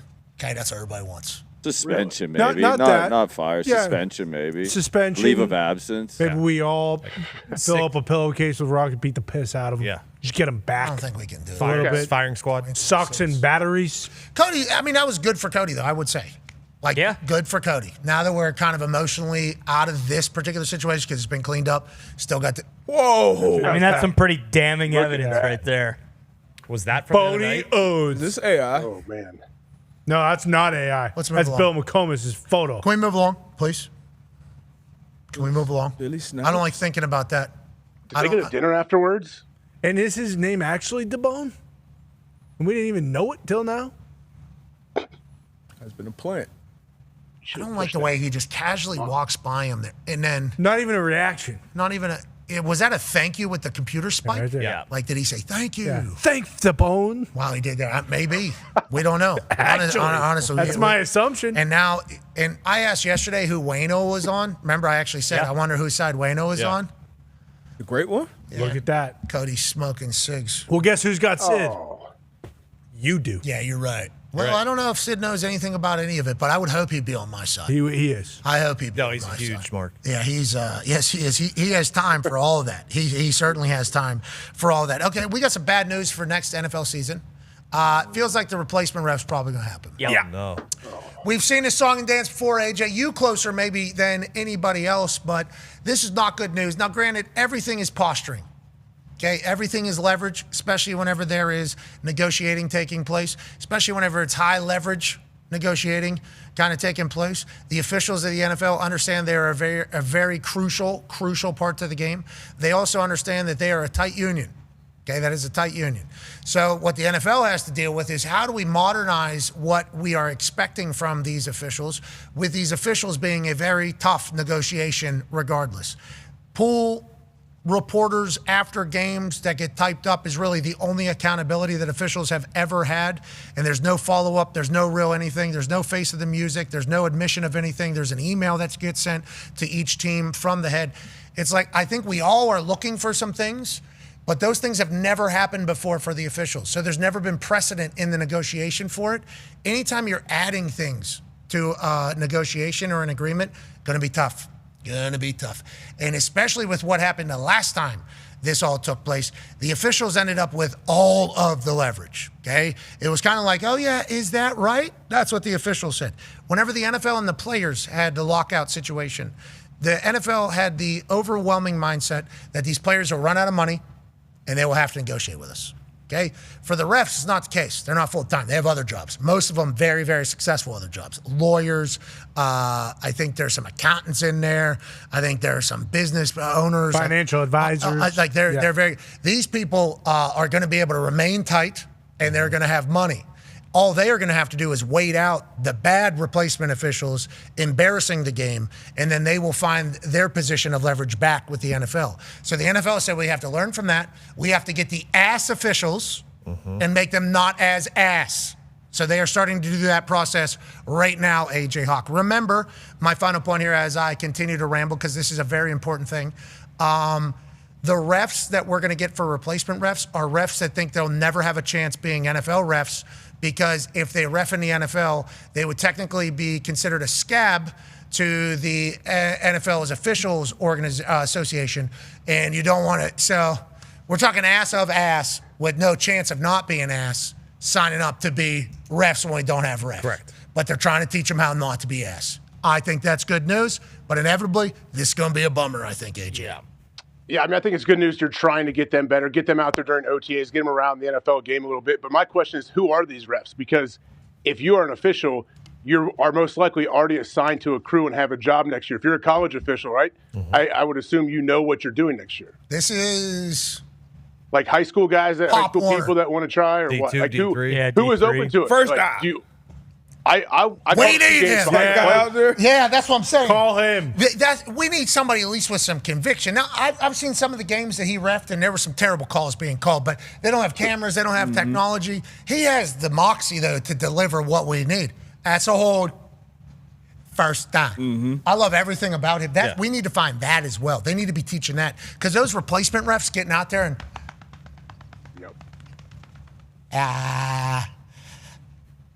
personal foul. Yeah. Defense number. What? What number?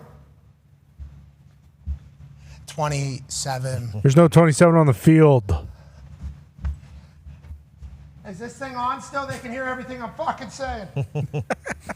We don't need that. No. And that's the least of our worries. Yeah, but and that can be But the that is worst. an actual worry. Yes. Everything about it. Spotting the ball in the right hash instead of the wrong hash. What ball is in play. Where every little thing. These officials who are currently negotiating with the NFL know what they do. AJ, we cannot be doing the replacement stuff. Also in NFL news, YouTube, who lost Sunday ticket to Disney through YouTube TV, will be at Disney and ESPN next year. They have negotiated a deal to get 5 NFL games. Are these the games that were from the doubleheaders? Potentially, that became available. Yeah. YouTube, who has been investing into the NFL over the last couple of years, had a Christmas game. Mr. Beast did some stuff. They really unloaded on it. I think they had a lot of streamers. I think they're excited to be in business with them. And I think the NFL is excited that YouTube is now a part of this as well, AJ, in a bigger way. Yeah, so where it says at the bottom, the league had additional inventory to sell after eliminating Monday Night Football doubleheaders. Did they do that just to do this, to open up another revenue stream here with YouTube and things like that? Yes, and I don't know. We're not privy to the conversation, but remember, ESPN and Disney purchased NFL Network, right? So they pick up more games naturally because NFL Network has games. So we don't know. I say we. In their mind, doubleheader Monday Night Football, none of us really. So that opens up some games. So now they're able to resell those things. So the NFL is looking for games to open up. Okay, they are looking for games to open up currently. Remember, there was going to be like a bid, like an auction for some games. Yes. Yeah, it's a crazy time to be the NFL. Good for them. Joining us now is the man who knows the draft inside and out. He is the voice of the Combine here in Indianapolis, color commentator for the Chargers. Ladies and gentlemen, let's move the sticks with Daniel Jeremiah. Yeah, DJ. How you doing, DJ? What's up, boys? I'll tell you what, I guarantee you there's some high school refs right now that are at the gym, curls and forearms, baby. They are getting ready to put that little medium outfit on and go out there and just flex for the universe. It scares me, DJ. It scares me, honestly, with where the game is, with how many people are watching, with how much money is being bet on these games, and from what it was with those replacement, just my own personal experience with the replacement refs. Yeah. Everything was bad. Everything. You're not a big fan of one going like this and then one going like this? That's what I'm saying. Everybody remembers the Fail Mary. There was, 82 other plays in that game. Yeah. Where there was probably a lot of stuff. And the refs matter, man. It really matters. So I like that we got New York potentially and we got more cameras. But who's doing it in New York? Because those people are officials. Let's move along. Let's get to the draft. Okay, let's talk about next week in Pittsburgh, Pennsylvania. We cannot wait to celebrate the next generation. For you, what's the big conversation you think about this draft? Number 2? Because I heard David Bailey did not take a visit to the Jets in their top 30, but he could potentially be number 2 overall. They're going to go with a defense guy at number 2. There's not going to be another quarterback until maybe late in the first. Fernando's a lock for the Raiders. What is kind of your storyline that is brewing as we're about a week out from the first round of the NFL draft? Well, I mean, I think it starts at 2. You know, we don't know what they're going to do. I've been leaning towards Bailey later in the process, but that's not based off like some rock solid intel. Just kind of reading into the situation and talking to folks around the league, that seemed to be a little bit more of the expectation, but we don't know. So that's wide open. I would say, and just talking to the GMs around the league over the last couple weeks, that the positions getting heat are the tackle position and the receiver position. Those are the ones you're just hearing, like the run could start early and it's going to go. Those guys are going to all fly off the board. So that can inform some of the decisions for the teams that have 2 picks, Cleveland being one of them. They're at 6. If you know they need both those positions, so you know there's a chance they're going to miss out at 24 on both of them in terms of the premier guys. So what's the greater need there? That's why I've been leaning more towards the tackle for them early. But yeah, there's fun conversation. I mean, I was talking to someone the other day, Pat, that was telling me, you know, on the agent side, and they've talked to this team and they're dialed in with this player and this team, take it to the bank, and then talk to a position player at that team later that afternoon, and he's like, "There's no chance. We're not doing that." So like it's like it's all over the map right now, dude. Yeah, DJ, I had to follow up on that because I was just listening to everything, hearing the same thing. Like the run on tackles is going to be the story of the first round. The over/under is set at 7.5, and I believe 7 of those will be tackles. Then you'll get the guard from Penn State, who would be potentially be 8. I heard you and Bucky breaking down numbers the other day as far as position groups and averages and who's going to go where. Do you think we are going to get to that 8 offensive linemen in the first round? And who would be the last? Who is going to be the offensive lineman that we're waiting on potentially as that last one in the first round? Yeah, I think it's Ihanachor, the kid from Arizona State, who's new to football. You know, moved over to America from Nigeria at 13, didn't play high school football, junior college, goes to Arizona State and has gotten better and better and better and has like first round ability in his body. It's just, you know, getting a little more consistent. So normally that's a second round profile, but there's just so many needs that I think he's got a chance to get into the bottom of 1. So him and Lomu from Utah, the other tackle at Utah, would be the 2 guys there. But I mean, those guys are going, man. You can take that to the bank. DJ, I definitely didn't just run to the bathroom while you were giving your answer there, but I heard you say my name in the bathroom. Just want to let you know I appreciate you talking about how you're hearing one thing and you're hearing something completely different. There's something that's completely different that could happen in this particular draft. I think it's only happened one time in the past. In 1967, do you know that the Michigan State Spartans had 4 players drafted in the top 10 of the NFL draft? The Ohio State Buckeyes could tie that this year with a defense that is absolutely stacked, historic, in a wide receiver class that hasn't really been chatted about that much other than, is Jordan Tyson healthy? I don't know. Now we got a chance for a record-breaking type night for the Ohio State Buckeyes. AJ has a question for you on that note. Yeah, DJ, of course, you see the 4 guys from Ohio State we have up on the board. Is it possible that Ohio State has 5 guys go in the first round? Do you think this will happen where we have these 4 guys go in the top 10? Well, I mean, look, I think Reese, Styles, and I would put Tate in there. I feel real good about those 3. And Downs, obviously, he's a top 10 player. It's just the position and you know, how that sorts out as we go through the top 10. I would say it's greater than 50% chance he goes, but he's kind of the one that would be on that borderline. Just off position. And you mentioned 5. Caden McDonald is kind of in that. Caden McDonald's going to go like 25 to 35, in my opinion, the D tackle. So, there's a very real chance you see another Buckeye come off the board. Man, it's a heck of a group there. The one that I'm most intrigued by of where he lands is Styles, just because like I love the fit of him with the Giants. I know the Giants can go in a lot of different directions. But when I look at that division and you look at Jaden Daniels specifically, like, is there a better human being on planet Earth to try and defend Jaden Daniels than him? I mean, to be able to run sideline to sideline, to suck him up if he wants to run, and then have the length. If you want to run RPOs, he's got the length to be able to cut all that stuff off in the middle of the field. So I would love him there. Okay, on that note, D-Bud has a question for you. Yeah, he perfectly sets up kind of this question right here. Jeremiah Love as well, who I think is the best player in this draft, in my opinion. Is positional value kind of changing or kind of thrown out the window when it comes to this draft? You're talking about Sonny Styles there, off-ball linebacker, Caleb Downs, safety, and then Jeremiah Love, running back, typically positions over the last few years that don't go high in the draft. That's kind of out of the window with how this draft lines up. I think so, D, but I think the smart teams will view it that way. Look, I'm all about the premier positions, and I get that. You prioritize that if you're similarly graded. But I have a hard time passing up a player you've got a 7.0 grade on and just placing somebody else above him who's got a 6.4 or a 6.5, the grading scale I used to work in. Like, I just don't think that's smart business. I think you want to, take great players if you have an opportunity to do it. The running back is the one that's just a little bit different just because of the shelf life. So you want all those carries to matter. I've been preaching that over the years, but to me, the gap between him and some of the other guys, like if you're the Tennessee Titans, maybe you're not fully equipped to show him off in year one, but I think, another offseason, you would be in that situation. So I think you would see a good Jeremiah Love in Tennessee this year, and I think if they continue to add pieces, you could see an elite Jeremiah Love in 27. DJ, we all got sources, don't we? Uh-huh. Well, according to my source, says there's a chance somebody goes like 11 or goes 24 and goes like 26 and maybe goes like 12. Do you think that's true? And what do you think that means for draft night? Yeah, it's going to make it fun and interesting because it is, there's wide ranges on some of these guys. Like I love, like one of my guys is I like the Toledo safety. I'm a big fan of McNeil Warren, but there's teams that have him in the middle of the second round. There's teams that think he's a top 15 type player. So that's going to be a fun one to follow on draft night. Where does he end up going? Mesidor is wildly polarizing. He's a little bit older, and he's someone, a lot of his wins come inside. As an edge rusher, he's out there, but a lot of those wins come over guards. I really like him, and I think in a draft where we don't have a lot of interior pass rush, he might be the best interior pass rusher in the draft when you kick him in there.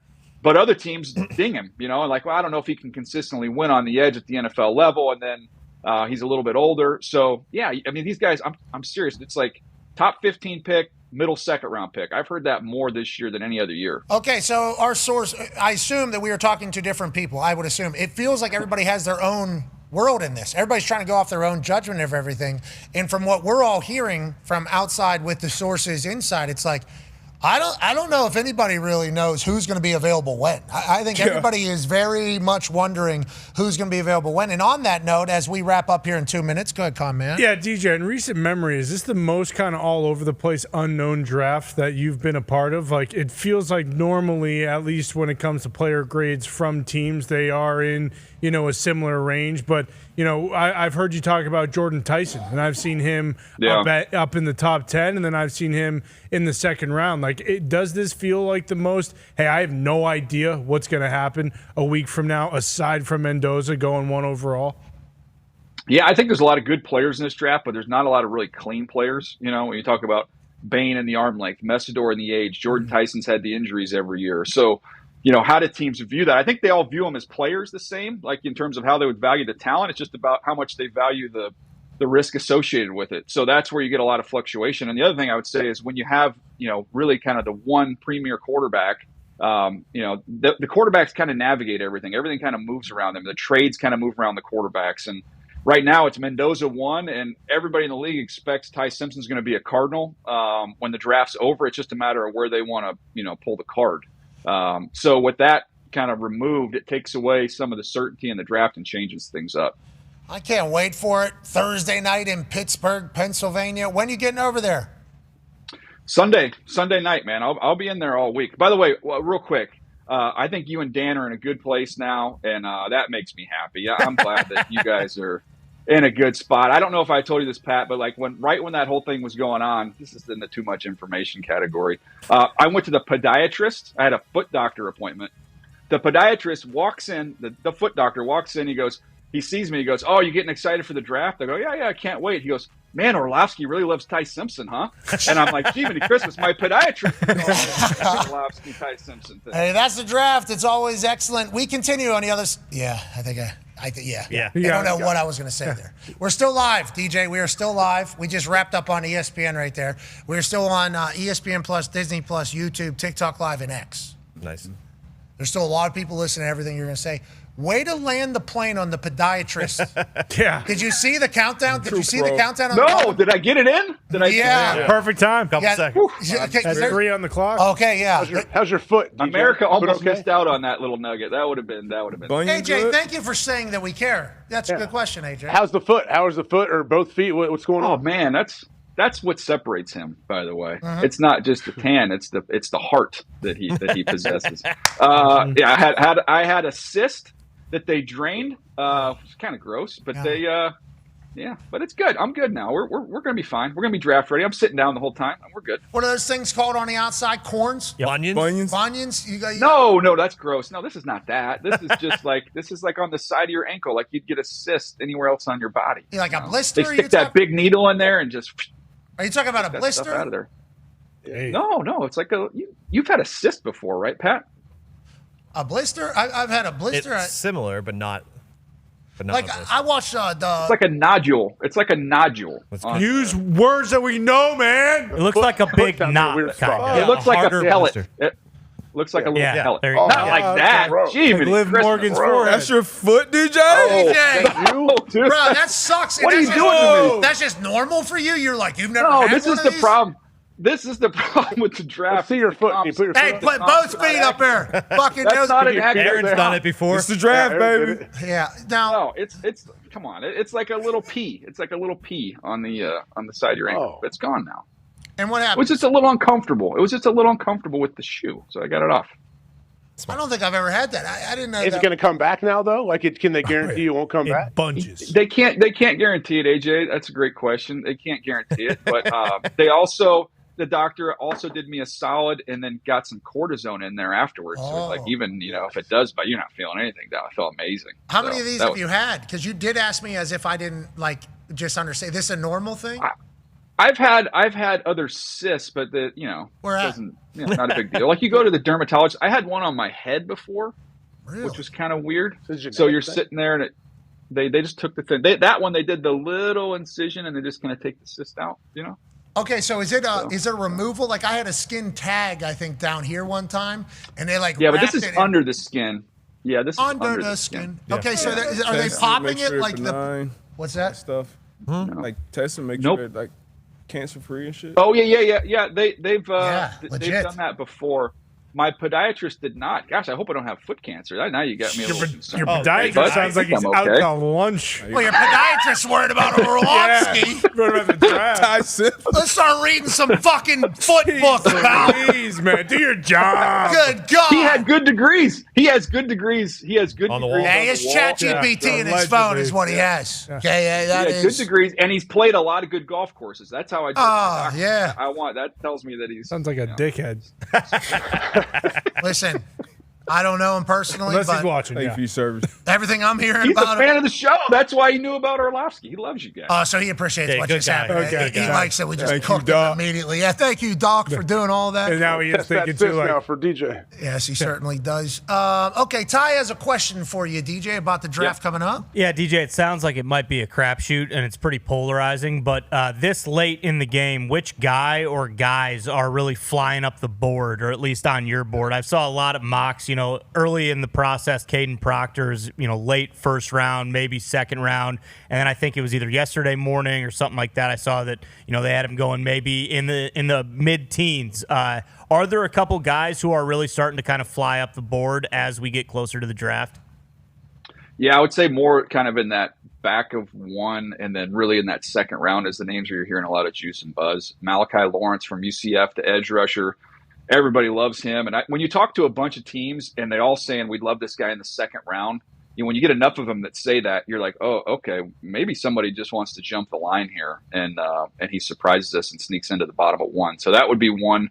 Traden Stukes from Arizona, because he's got the nickel safety flex. And he's super athletic, smart kid. He's been great on the interviews. He's another one kind of in that early second round range.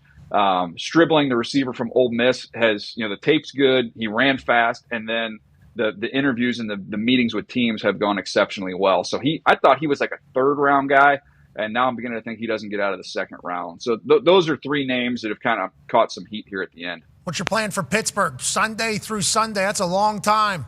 What we got any plans to go anywhere? There's a guy named Frank out there he's open arms. I think he's cooking for everybody. Beast.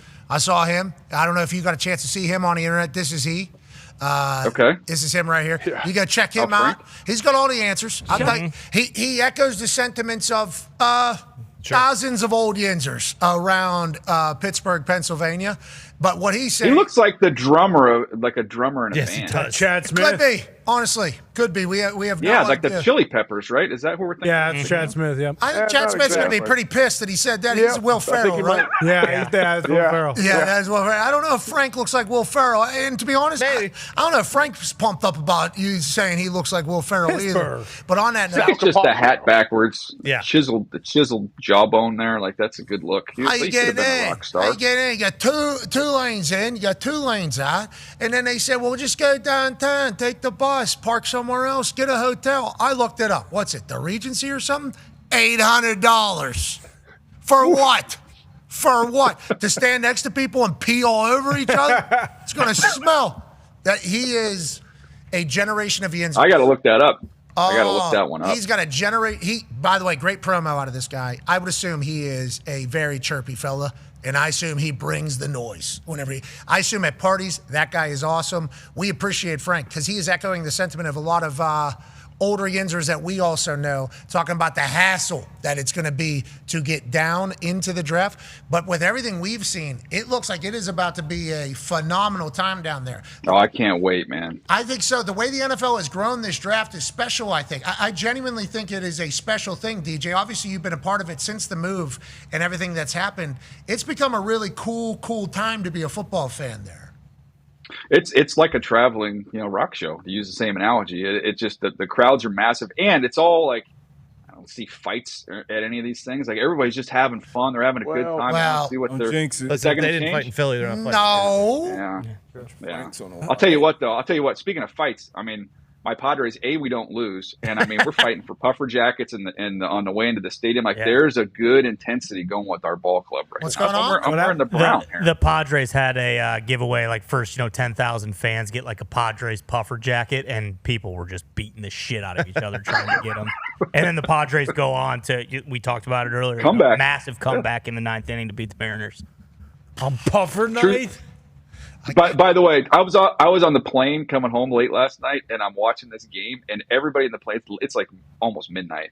Everybody in the plane's asleep. So they win, and I'm friends with Heward and Salk, the radio guys up in Seattle. So I wanted to send them a picture of my reaction.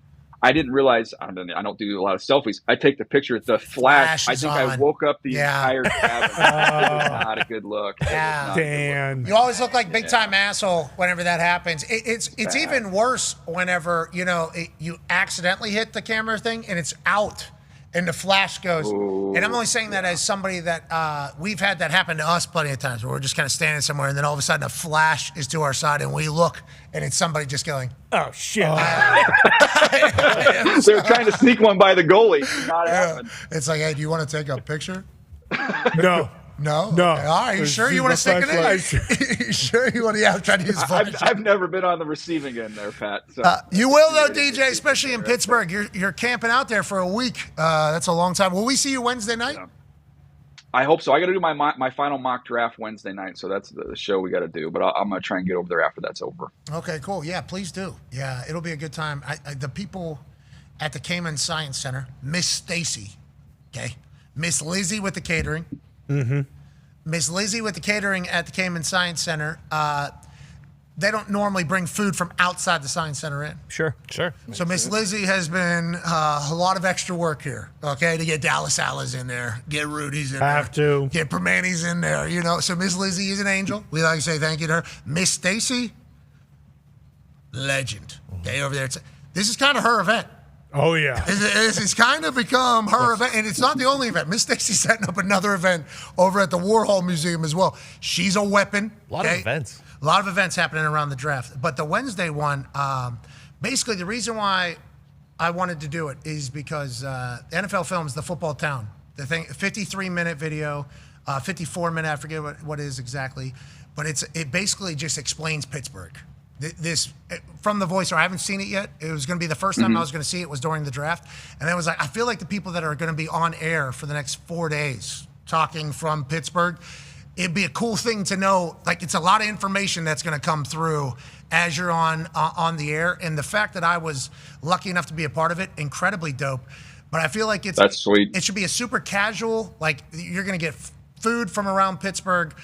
It's just like a welcome to Pittsburgh type event is kind of what it is. And then we're going to watch this thing. I'm going to watch it for the first time. And then hopefully we have the greatest draft of all time. And I'm excited for it. Yinzers are going to be pumped about it. Oh, yeah. They've looked up a lot of negative things for them to get mad about.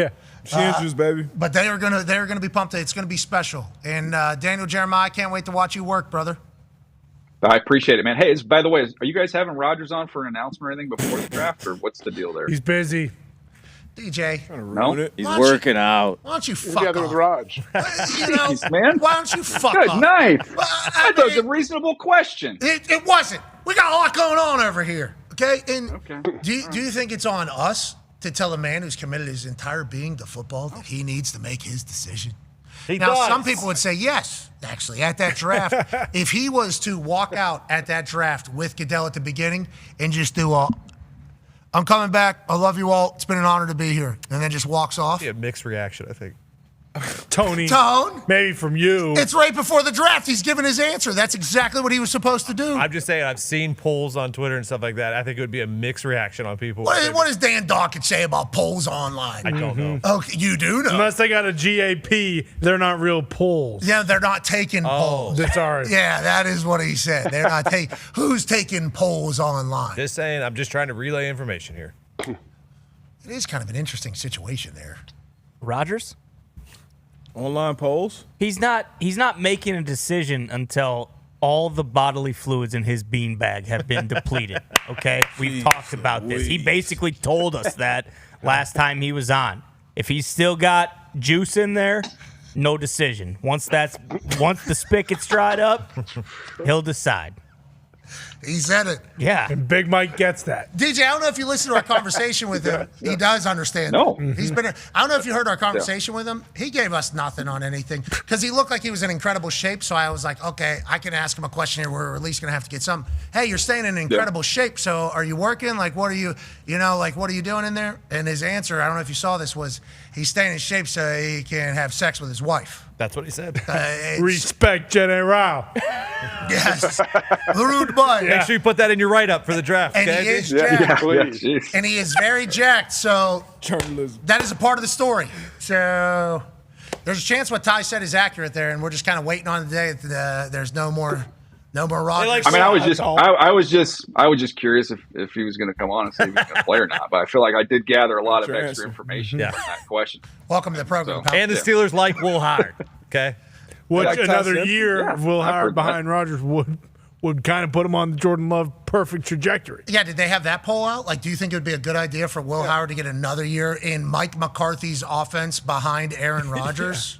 Was that a poll? No, the poll was, do you like Aaron Rodgers? Do you want him to be your quarterback? And it was overwhelmingly no. Who put the poll out? Who put the I poll believe out? it was 93.7 The Fan.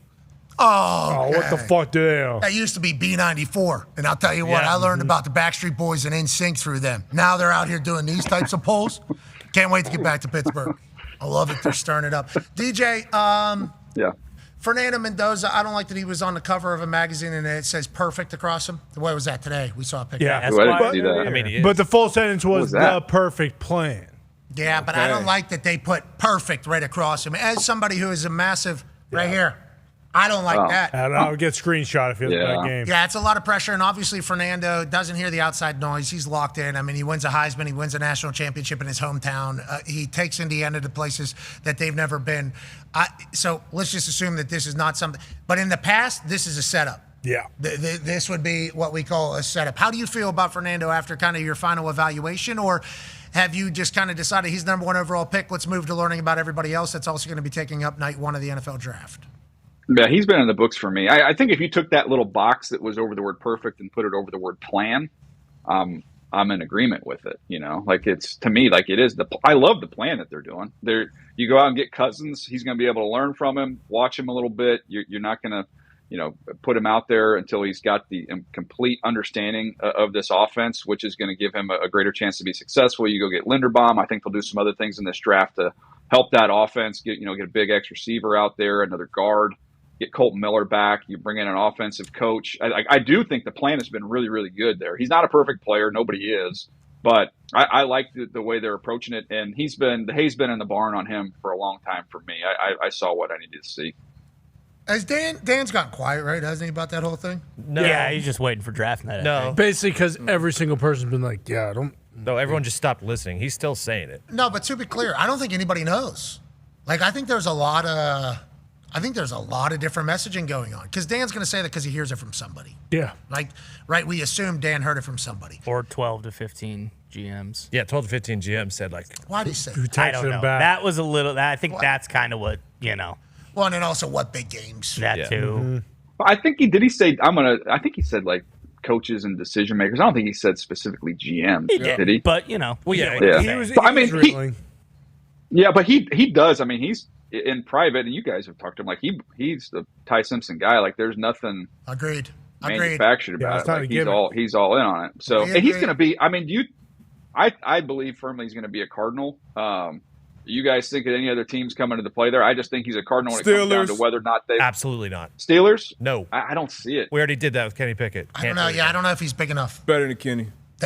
Pittsburgh is going to want a big guy, I think. And Mike McCarthy wants massive hands. They brought in Carson Beck and Drew Aller for their top 30 visits. So, yeah, that's not their type. But, DJ, I do have a question. After Ty, who do you think the third will be? And what are your thoughts on Cole Payton as the third quarterback potentially?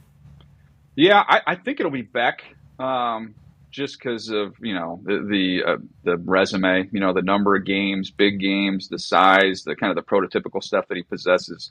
I know, the knock on him was kind of the attitude, and people didn't necessarily love the kid, the Georgia period of time, but it sounds like he grew up over his time at Miami. So that's, he's helped himself in the visits. He's been solid on all the visits. He's got good football intelligence. So he would be the one I would, if I was going to guess, I think it'll be him. Cole Payton, he's fun. I mean, he's a fun player to watch, and I think he's got somebody fun to work with. I'm just curious how early you would, go there. How early does that ride start? I would say it's more like the fourth round would be my guess. But I mean, look, we can do this. You could talk to 29, 30 teams and get one answer. It only takes one, and then all bets are off.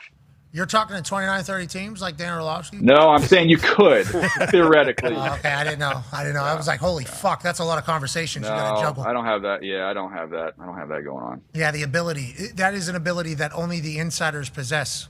Shallow enough conversation to keep the conversation going, but depth that it feels like it's a relationship on both sides. And then also immediately available all the time. So that is kind of the difference, I think. And thank God. You know who the best guys? Go ahead. You know who the best sources are on this stuff, by the way? I don't think you guys would be surprised by this, but it's coaches outside the building. Like if you go back and look over the years, like the good stuff that you get, it's from a coach who has a relationship with a coach because they talk about everything. Whereas like the personnel guys are a little bit more close to the vest. It's a little more guarded. The circle's pretty tight.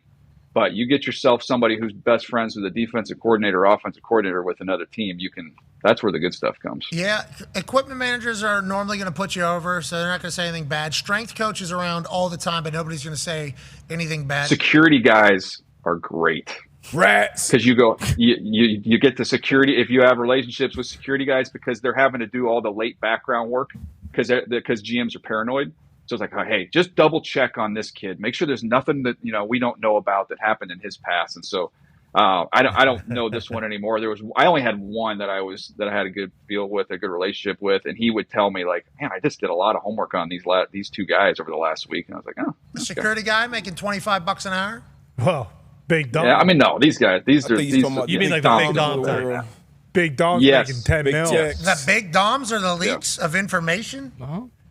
No, there's some people that were in that role that if you had connections to them, you could get some good stuff there. I don't like that one bit. You're supposed to be the most secure. Hello.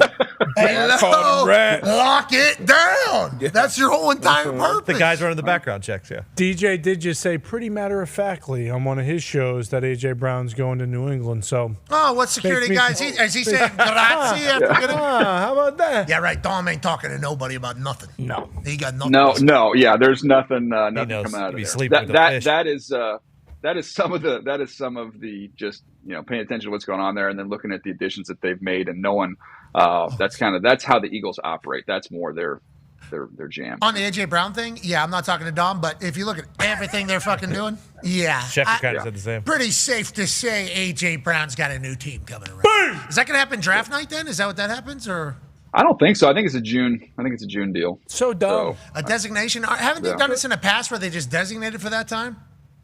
Yeah, the information guys would have better scoop for you on that in terms of how that works. I don't think that they could. I just remember there was another deal that happened in the last couple years where I was talking to a team about a player and they said, "Well, we don't need that. We've already got something kind of cooking for June." So they had to wait. Got it. That, okay. so. All right. Well, the post-June 1 designation is obviously a special time, as is draft season, especially for you. So thank you for taking the time. Will you join us on Friday live from Pittsburgh? Absolutely. I'd love to. Do you want to go? What time do you want to be on? Do you have a preferred time? Noon to 2 Eastern on ESPN, noon to 2:30, 3-ish digitally. So what time would be good for you? I have no clue what my schedule is, Pat, but I will we'll work it out. 12:10's taken. The commissioner of the NFL will be on. Yes. I'm gonna lose that one. Yeah. I feel like you have a history of doing this to me, by the way. Yeah. Like Olympic gold medalists, like just Coach K. Like, can I just once follow somebody that's Dan. I won't say on the same level, but not so far above me that I can't even see him. You know, that would be. I was trying to get you to say, like, man, the noon hour would be great. So then I could go, oh, it's going to be tough. That's what I was trying to do right there, and you didn't fall for it. I appreciate you doing that. I genuinely appreciate that. You're the man. Yeah, not a surprise. You guys are the best, man. I'm just excited for this thing to get here, and I'm excited for Pittsburgh to kind of show off a little bit. I think it's going to be awesome. Hell yeah. Did you see the colors of the draft on all the logos and everything? It's nice. It's like diarrhea green. No. Right? Yellow. That is not the color. Pee and poop, green and yellow. No, right? That is not the color. It is a interesting blue mixed with a yellow. Wasn't there like a magenta and orange one too? There was a pink, orange, and yellow. Sure. One that we saw, a bunch of different signs and logos. The whole city is black and yellow. It's kind of it's built for it. Mm-hmm. Hey, is O'Neal Cruz catching the ball now since we last talked? Ladies and gentlemen, this guy's an asshole. And you know Daniel Jeremiah. Thank you, DJ. No reason to bring up the bad times from the first two games. Yeah, Okay. He has been flawless since. Yeah, we're in the good times right now. We're hoisting cones. He's swinging a cone. He's dong shot and everything. I'll tell you what, Thunderball has gotten interesting. It's gotten us more into baseball, I do believe. Oh, yeah. This just happened. Really? Pittsburgh Pirates just hit this? Yeah, we got 3-run Day Game. jack. Goodbye, 4-4 in Pittsburgh. Hoist that son of a bitch. Da, da, da, da, da. Oh, mama, I'm in fear. Oh, my life of the law. Arm of the cone. Yeah, the Big Bear is coming out of his slumber, so that's good to see. He's a big bear, that Yeah, guy? Winter's that is the Big over. Bear. Dancing Bear's about to come fuck everybody up. Yeah. Don't you worry about He is the Big leader Bear. of the squad as far as, hitters is concerned. Okay, so Skeen's got the Vibes. highest ERA on the team, I seen. Yep. Okay, that's because that first inning was tough. Yep. Great news. That was a tough first inning. He's only going to get better. His ERA is going down as he continues to roll and continues to. Have we done the? Bounce point? Yeah. Has he done that yet? Oh, yeah. He's done it? No, he hasn't not held it, but, he's hitting that balance point. I Every thought I pitch. potentially missed it. I felt like Pitching Ninja would let me see that They if he would've. did one of those. He had an 18-incher? Is that what that thing was? Yes. 18 inches of Foxy showed it The earlier. one he's throwing or the one he has? He had an he has an 18. Jeez. He had an 18-incher yo. sweeper, I think. Yeah. Foot and a half, D-Butt. That's what we're talking about around here. That's Diesel. I think it was, I think Pitching Ninja Yeah, said, the replay of this one, yeah. that thing was 18. I don't know how you. These pitches. That one's outside the plate, and then it's Come on. Yeah, that's foot and a half movement, brother, horizontal. And then he's also got the vertical movement too. If you fucking Yeah, want his some. changeup's devastating. Shohei Ohtani's putting that ball wherever the fuck he wants. Though he is fun to watch. Yeah, I mean, once you kind of watch baseball more, you do realize, like, okay, quarterback's hard, left tackle's hard. Hitting a baseball, I mean, has to be the hardest thing. Throwing a strike. Shit, yeah, Thunderball. You heard Bryce Harper on the show, like, oh, yeah, you can know what's coming. Still not going to hit it. Yeah, that's. I mean, throwing a strike so hard. Yeah. Okay, so hard with the batters in there, obviously just trying to, and then hitting a baseball. Yeah, right. Like Man. with the limitations on where the fuck that thing has to. Yeah, I'll get on top of one a little bit. I'm telling you what, we're creating rules as we go here with Thunderball to try to make it as good as possible. Throwing meatballs. Yesterday How do we you had. get him out? Just tag, is it all force outs or what? Mound Back to the mound. Yeah. or peg. Okay. There you go, Talk running. Yeah, Talk ran into the wall a couple times. Fuck, did that get out? Yeah, that was got big out. fly Let's go from home. Foxy. I'll tell you what, we lost to D-Butt, Dirty, and Bone. And, southpaw. Yeah, well, he's actually hitting from both sides of the plate. It was For actually absolutely Switch no hitter. reason. That game-winning RBI that fucking New York tried to. Look at your right-hand swing. clean. That's gone. Wow. Yeah, I mean, this team Okay. Yeah, that's a home run. Dirty's a problem. Dirty's a really good player at this game. D-Butt also from the right side, much better than he is from the left side, but kind of does his thing. Right for power, left for contact. Nice. Bye. Yeah, that one felt pretty good. It's not so much the hitting that's my big problem. It's the pitching that I can't find a fucking strike. Fucking moving. Yeah, I mean, we're playing some real Thunderball in here. D-Bone's throwing some meatballs right there. Yeah. D-Bone fucking hits a grand slam here in a little bit off of somebody. And I'll tell you what, that Out was of there.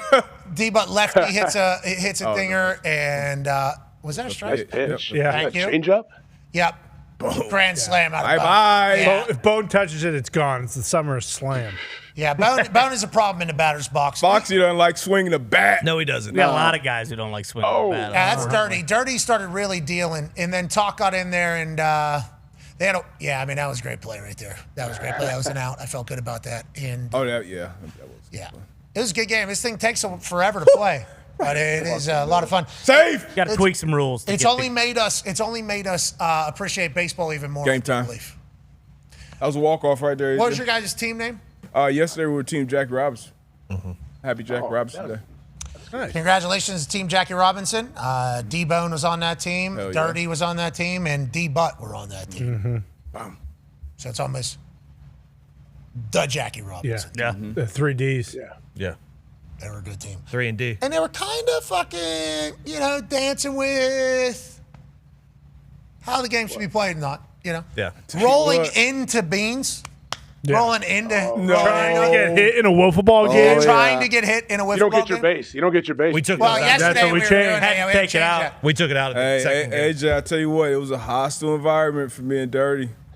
What do you mean? Bone, it was a hostile environment. We had ground balls Why? getting kicked. That's off Why first. for It was- just you and Dirty, though? Why was it Hey, just for I'm you? telling you, it was tough. It was We had Jackie the battle. Robinson Day, but the other team Oh, did not Jackie seem to Robinson wear the Day. 42 jersey. We had the battle. It was. I got reviews getting sent in. Fucking 3 hours later, pool reports. I'll tell Got you. an overturned calls. I saw the chatter. I saw the chatter The afterwards. chatter. Me too. I was pretty excited to see that a couple hours after the game. Foxy was still fucking reeling from the loss, trying to find the footage to see if we got somebody or not.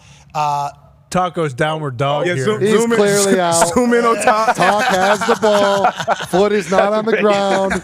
Review says you're out. Game should have been over. Instead, Gertie went up and hit a walk-off. So you guys tell me. That's we the were pool up- report. We were up one. That's ball, baby. We were up one in the bottom of the third. Okay, in the rule that we had yesterday is 3 people teams. Each person has to pitch an inning. Okay, 5 runs per inning is max. And it was 9-8 in the bottom of the third. We had 2 stingy outs. I mean, we were playing real stingy defense. Oh, yeah. We had Talk in there closing because that's what Talk does. Then all of a sudden this play happens, and Foxy's on the ground. This is the 3rd out. Yeah, I'm jumping in the air. I'm so happy we did it. I think he might be out. Yeah. Hey, Right whole there. sideline. Clearly. The whole sideline gave us a safe No, we call. did not. We did not Yes. say safe. We said we didn't see No, it. I saw safe call. We have the video. You're in the video. Thank you. We have the video. See Show what it. I'm talking about, Show AJ? it. Show it. See what I'm talking about? Yeah, I can see you're up against it a little bit, D. Up against it, we got screwed. Yeah, they What are won. we even talking about? This is sports, baby. And I think T-Butt is Okay. forgetting this is a New York review. New York holds all the power. So what everyone says Weird on that the Foxy sideline always or do in the that, does game that. doesn't matter. Yeah, but that's- New York says, you're out of here, pal. That's post game, Yeah. dude. New York says the post game. The post game pool report came in. Sorry. Yeah. No, The New ball York can tripped reverse him, but he that. can't- No, we but win. remember, in Thunderball, we're kind of making the rules. In the moment. Yeah, post-game No. poll report can actually say if it would have been the final out of the game and we would have won. Yes. Yeah, we win. Across all sports, besides F1, once the results are in and we leave the fucking grounds, that game's over. Well, we're Exactly. You F1 want rules. this to be like F1? See you in the No. championship. Exactly. You're right. You're right. You're right. F1's not like that. See you in the championship game today. Congratulations. It was a great game. It was a Who great won the game. second game? We have a to get a lot of full rules. Well, to we could fix. only How do you play pitch? 2 innings because you guys' game took like an hour and 15 minutes. So we had to, So yeah. So But long. we did. I will say that- Tony hit a walk-off jack as well. The pitching in the second game was light years better than the first game. That's good, yeah. It felt like that was going to be a downfall of some of the guys, myself included. I can't fucking hit that thing. I think we need to entice action in the batter's box. Yeah, I agree. Yes, agreed. Got to start No with walks. 0-1. No And then walks. maybe 2 fouls with 2 strikes would be out. I think you could take 2 walks an inning because you still you can't. Go rule. It's bullshit if someone's not throwing strikes and you have to swing at it. But you also we're playing wiffle ball. This isn't fucking Game 7 of the World Series. All right, don't go up there looking to fucking walk. That's a jackass move. It's been happening. A lot. It's been creeping into the game. Yeah, too That was much. my strategy the entire time. Exactly. That asshole, right? He's on your team. He's on my team. That's your team. I heard you say to him, "Hey, Fox, let's look for a walk here." Yeah. I'm trying to win. Are we What do you not think? trying to win? They were doing it to us. They were doing it to us. I knew what it was like on the mound when I couldn't fucking find it. It's like, hey, there's no way they're going to be able to throw 3 strikes before they throw 4 balls. Let's just go ahead and sit there. I was playing the game how the game was being played against me. And there's 2 types of players too. Like Good Eye Gumps knows where his pitch is. Yep. Like you want him to swing at something low, something high? No, Gumps is going to get on base and get home. Oh, they're saying Gumps got an eagle eye out there? Yeah, he knows exactly where the ball's going. I get my accent. ABS? What are we doing? We're just watching? No, Gumps is waiting for his pitch. You bat the 2 hole your whole swings. life. You know what you're doing. Yeah. Somebody's going to pull a hamstring for sure, getting to first. Yeah, left knee. Left knee. There's a good chance I need Tommy John. Okay, so all right, so everybody's banged up. Okay, good. We got a good little thing. We were going. missing MVP yesterday too. Yeah, Nick. Yeah, skates. So that'll change. Nick, I was told you went 4 or 5. I thought you went 4 or 4 with 4 home runs and a grand slam. I didn't know you had a. No, Bruce threw me one. I chopped it back to him, and before I could get the first, also pulled my hamstring. I was out, but I don't know what it's like to be on base. I either fucking touch home or nothing. I like that. You haven't been out here on this piece of tape out here on that's the right. moving Careful. ground. It's a different ball game. It is a little different out there. It's a good sport. I also thought about it last night as well. If you're a lefty, that thing being closed doesn't help us at all. Okay, if I'm trying to rip one into the gap, it's coming right back to the Yeah, but you guys get more room here. Yeah, sure, but you get plenty of room over there too, and you're trying to get it through Nah, that you door. get way more room this way. Hey, that's how the stadium's built, baby. That's true. Okay, fine. Anything off the back wall, when I Homer, you're gonna be freaking a rip buck. one through that door and walk home later, it's not my fault. I'll tell you what, if you pull it through that door, Yep. be a grand slam no matter what. I'm propping that door open. It's tough to get out the park, AJ. It's not a bad idea. Yeah, genius. I It's the back just wall, thought of that. I Homer. wish I didn't say that. Above the black railing, Okay. like where the jerseys are, and then Brick pillar to the left is the start of the foul line there. Okay. But if it hits anything like up top, like lights, the Thunderdome shit, and it Don't comes play. back down, that's in play. That's out. Just play. That's Oh, called. okay. Yeah. I lost my shoes there. Yeah, I forgot I had to run. Yep. That was part of like life now. Like, oh shit, I'm actually gonna try to run here. I gotta tie the shoe. It's been fun. I wonder how long this will last. How long? We'll see. I might actually stream this one. This one might actually make it to like live. More Hey, fun than watching pickleball, I think.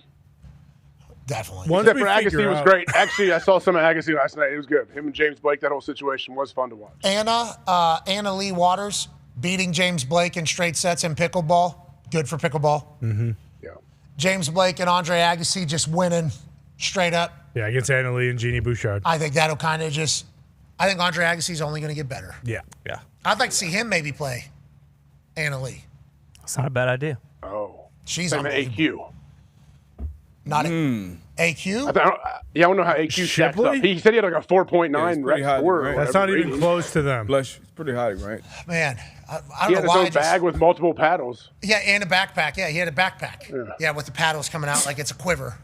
Yeah, I do remember that. No way. Yeah, he's kind of skipping in. He had his hokas, you remember? Yeah, I told us all the rules. They were rolling wrong. in. He had his hands in a little sack here like Skipping this. it.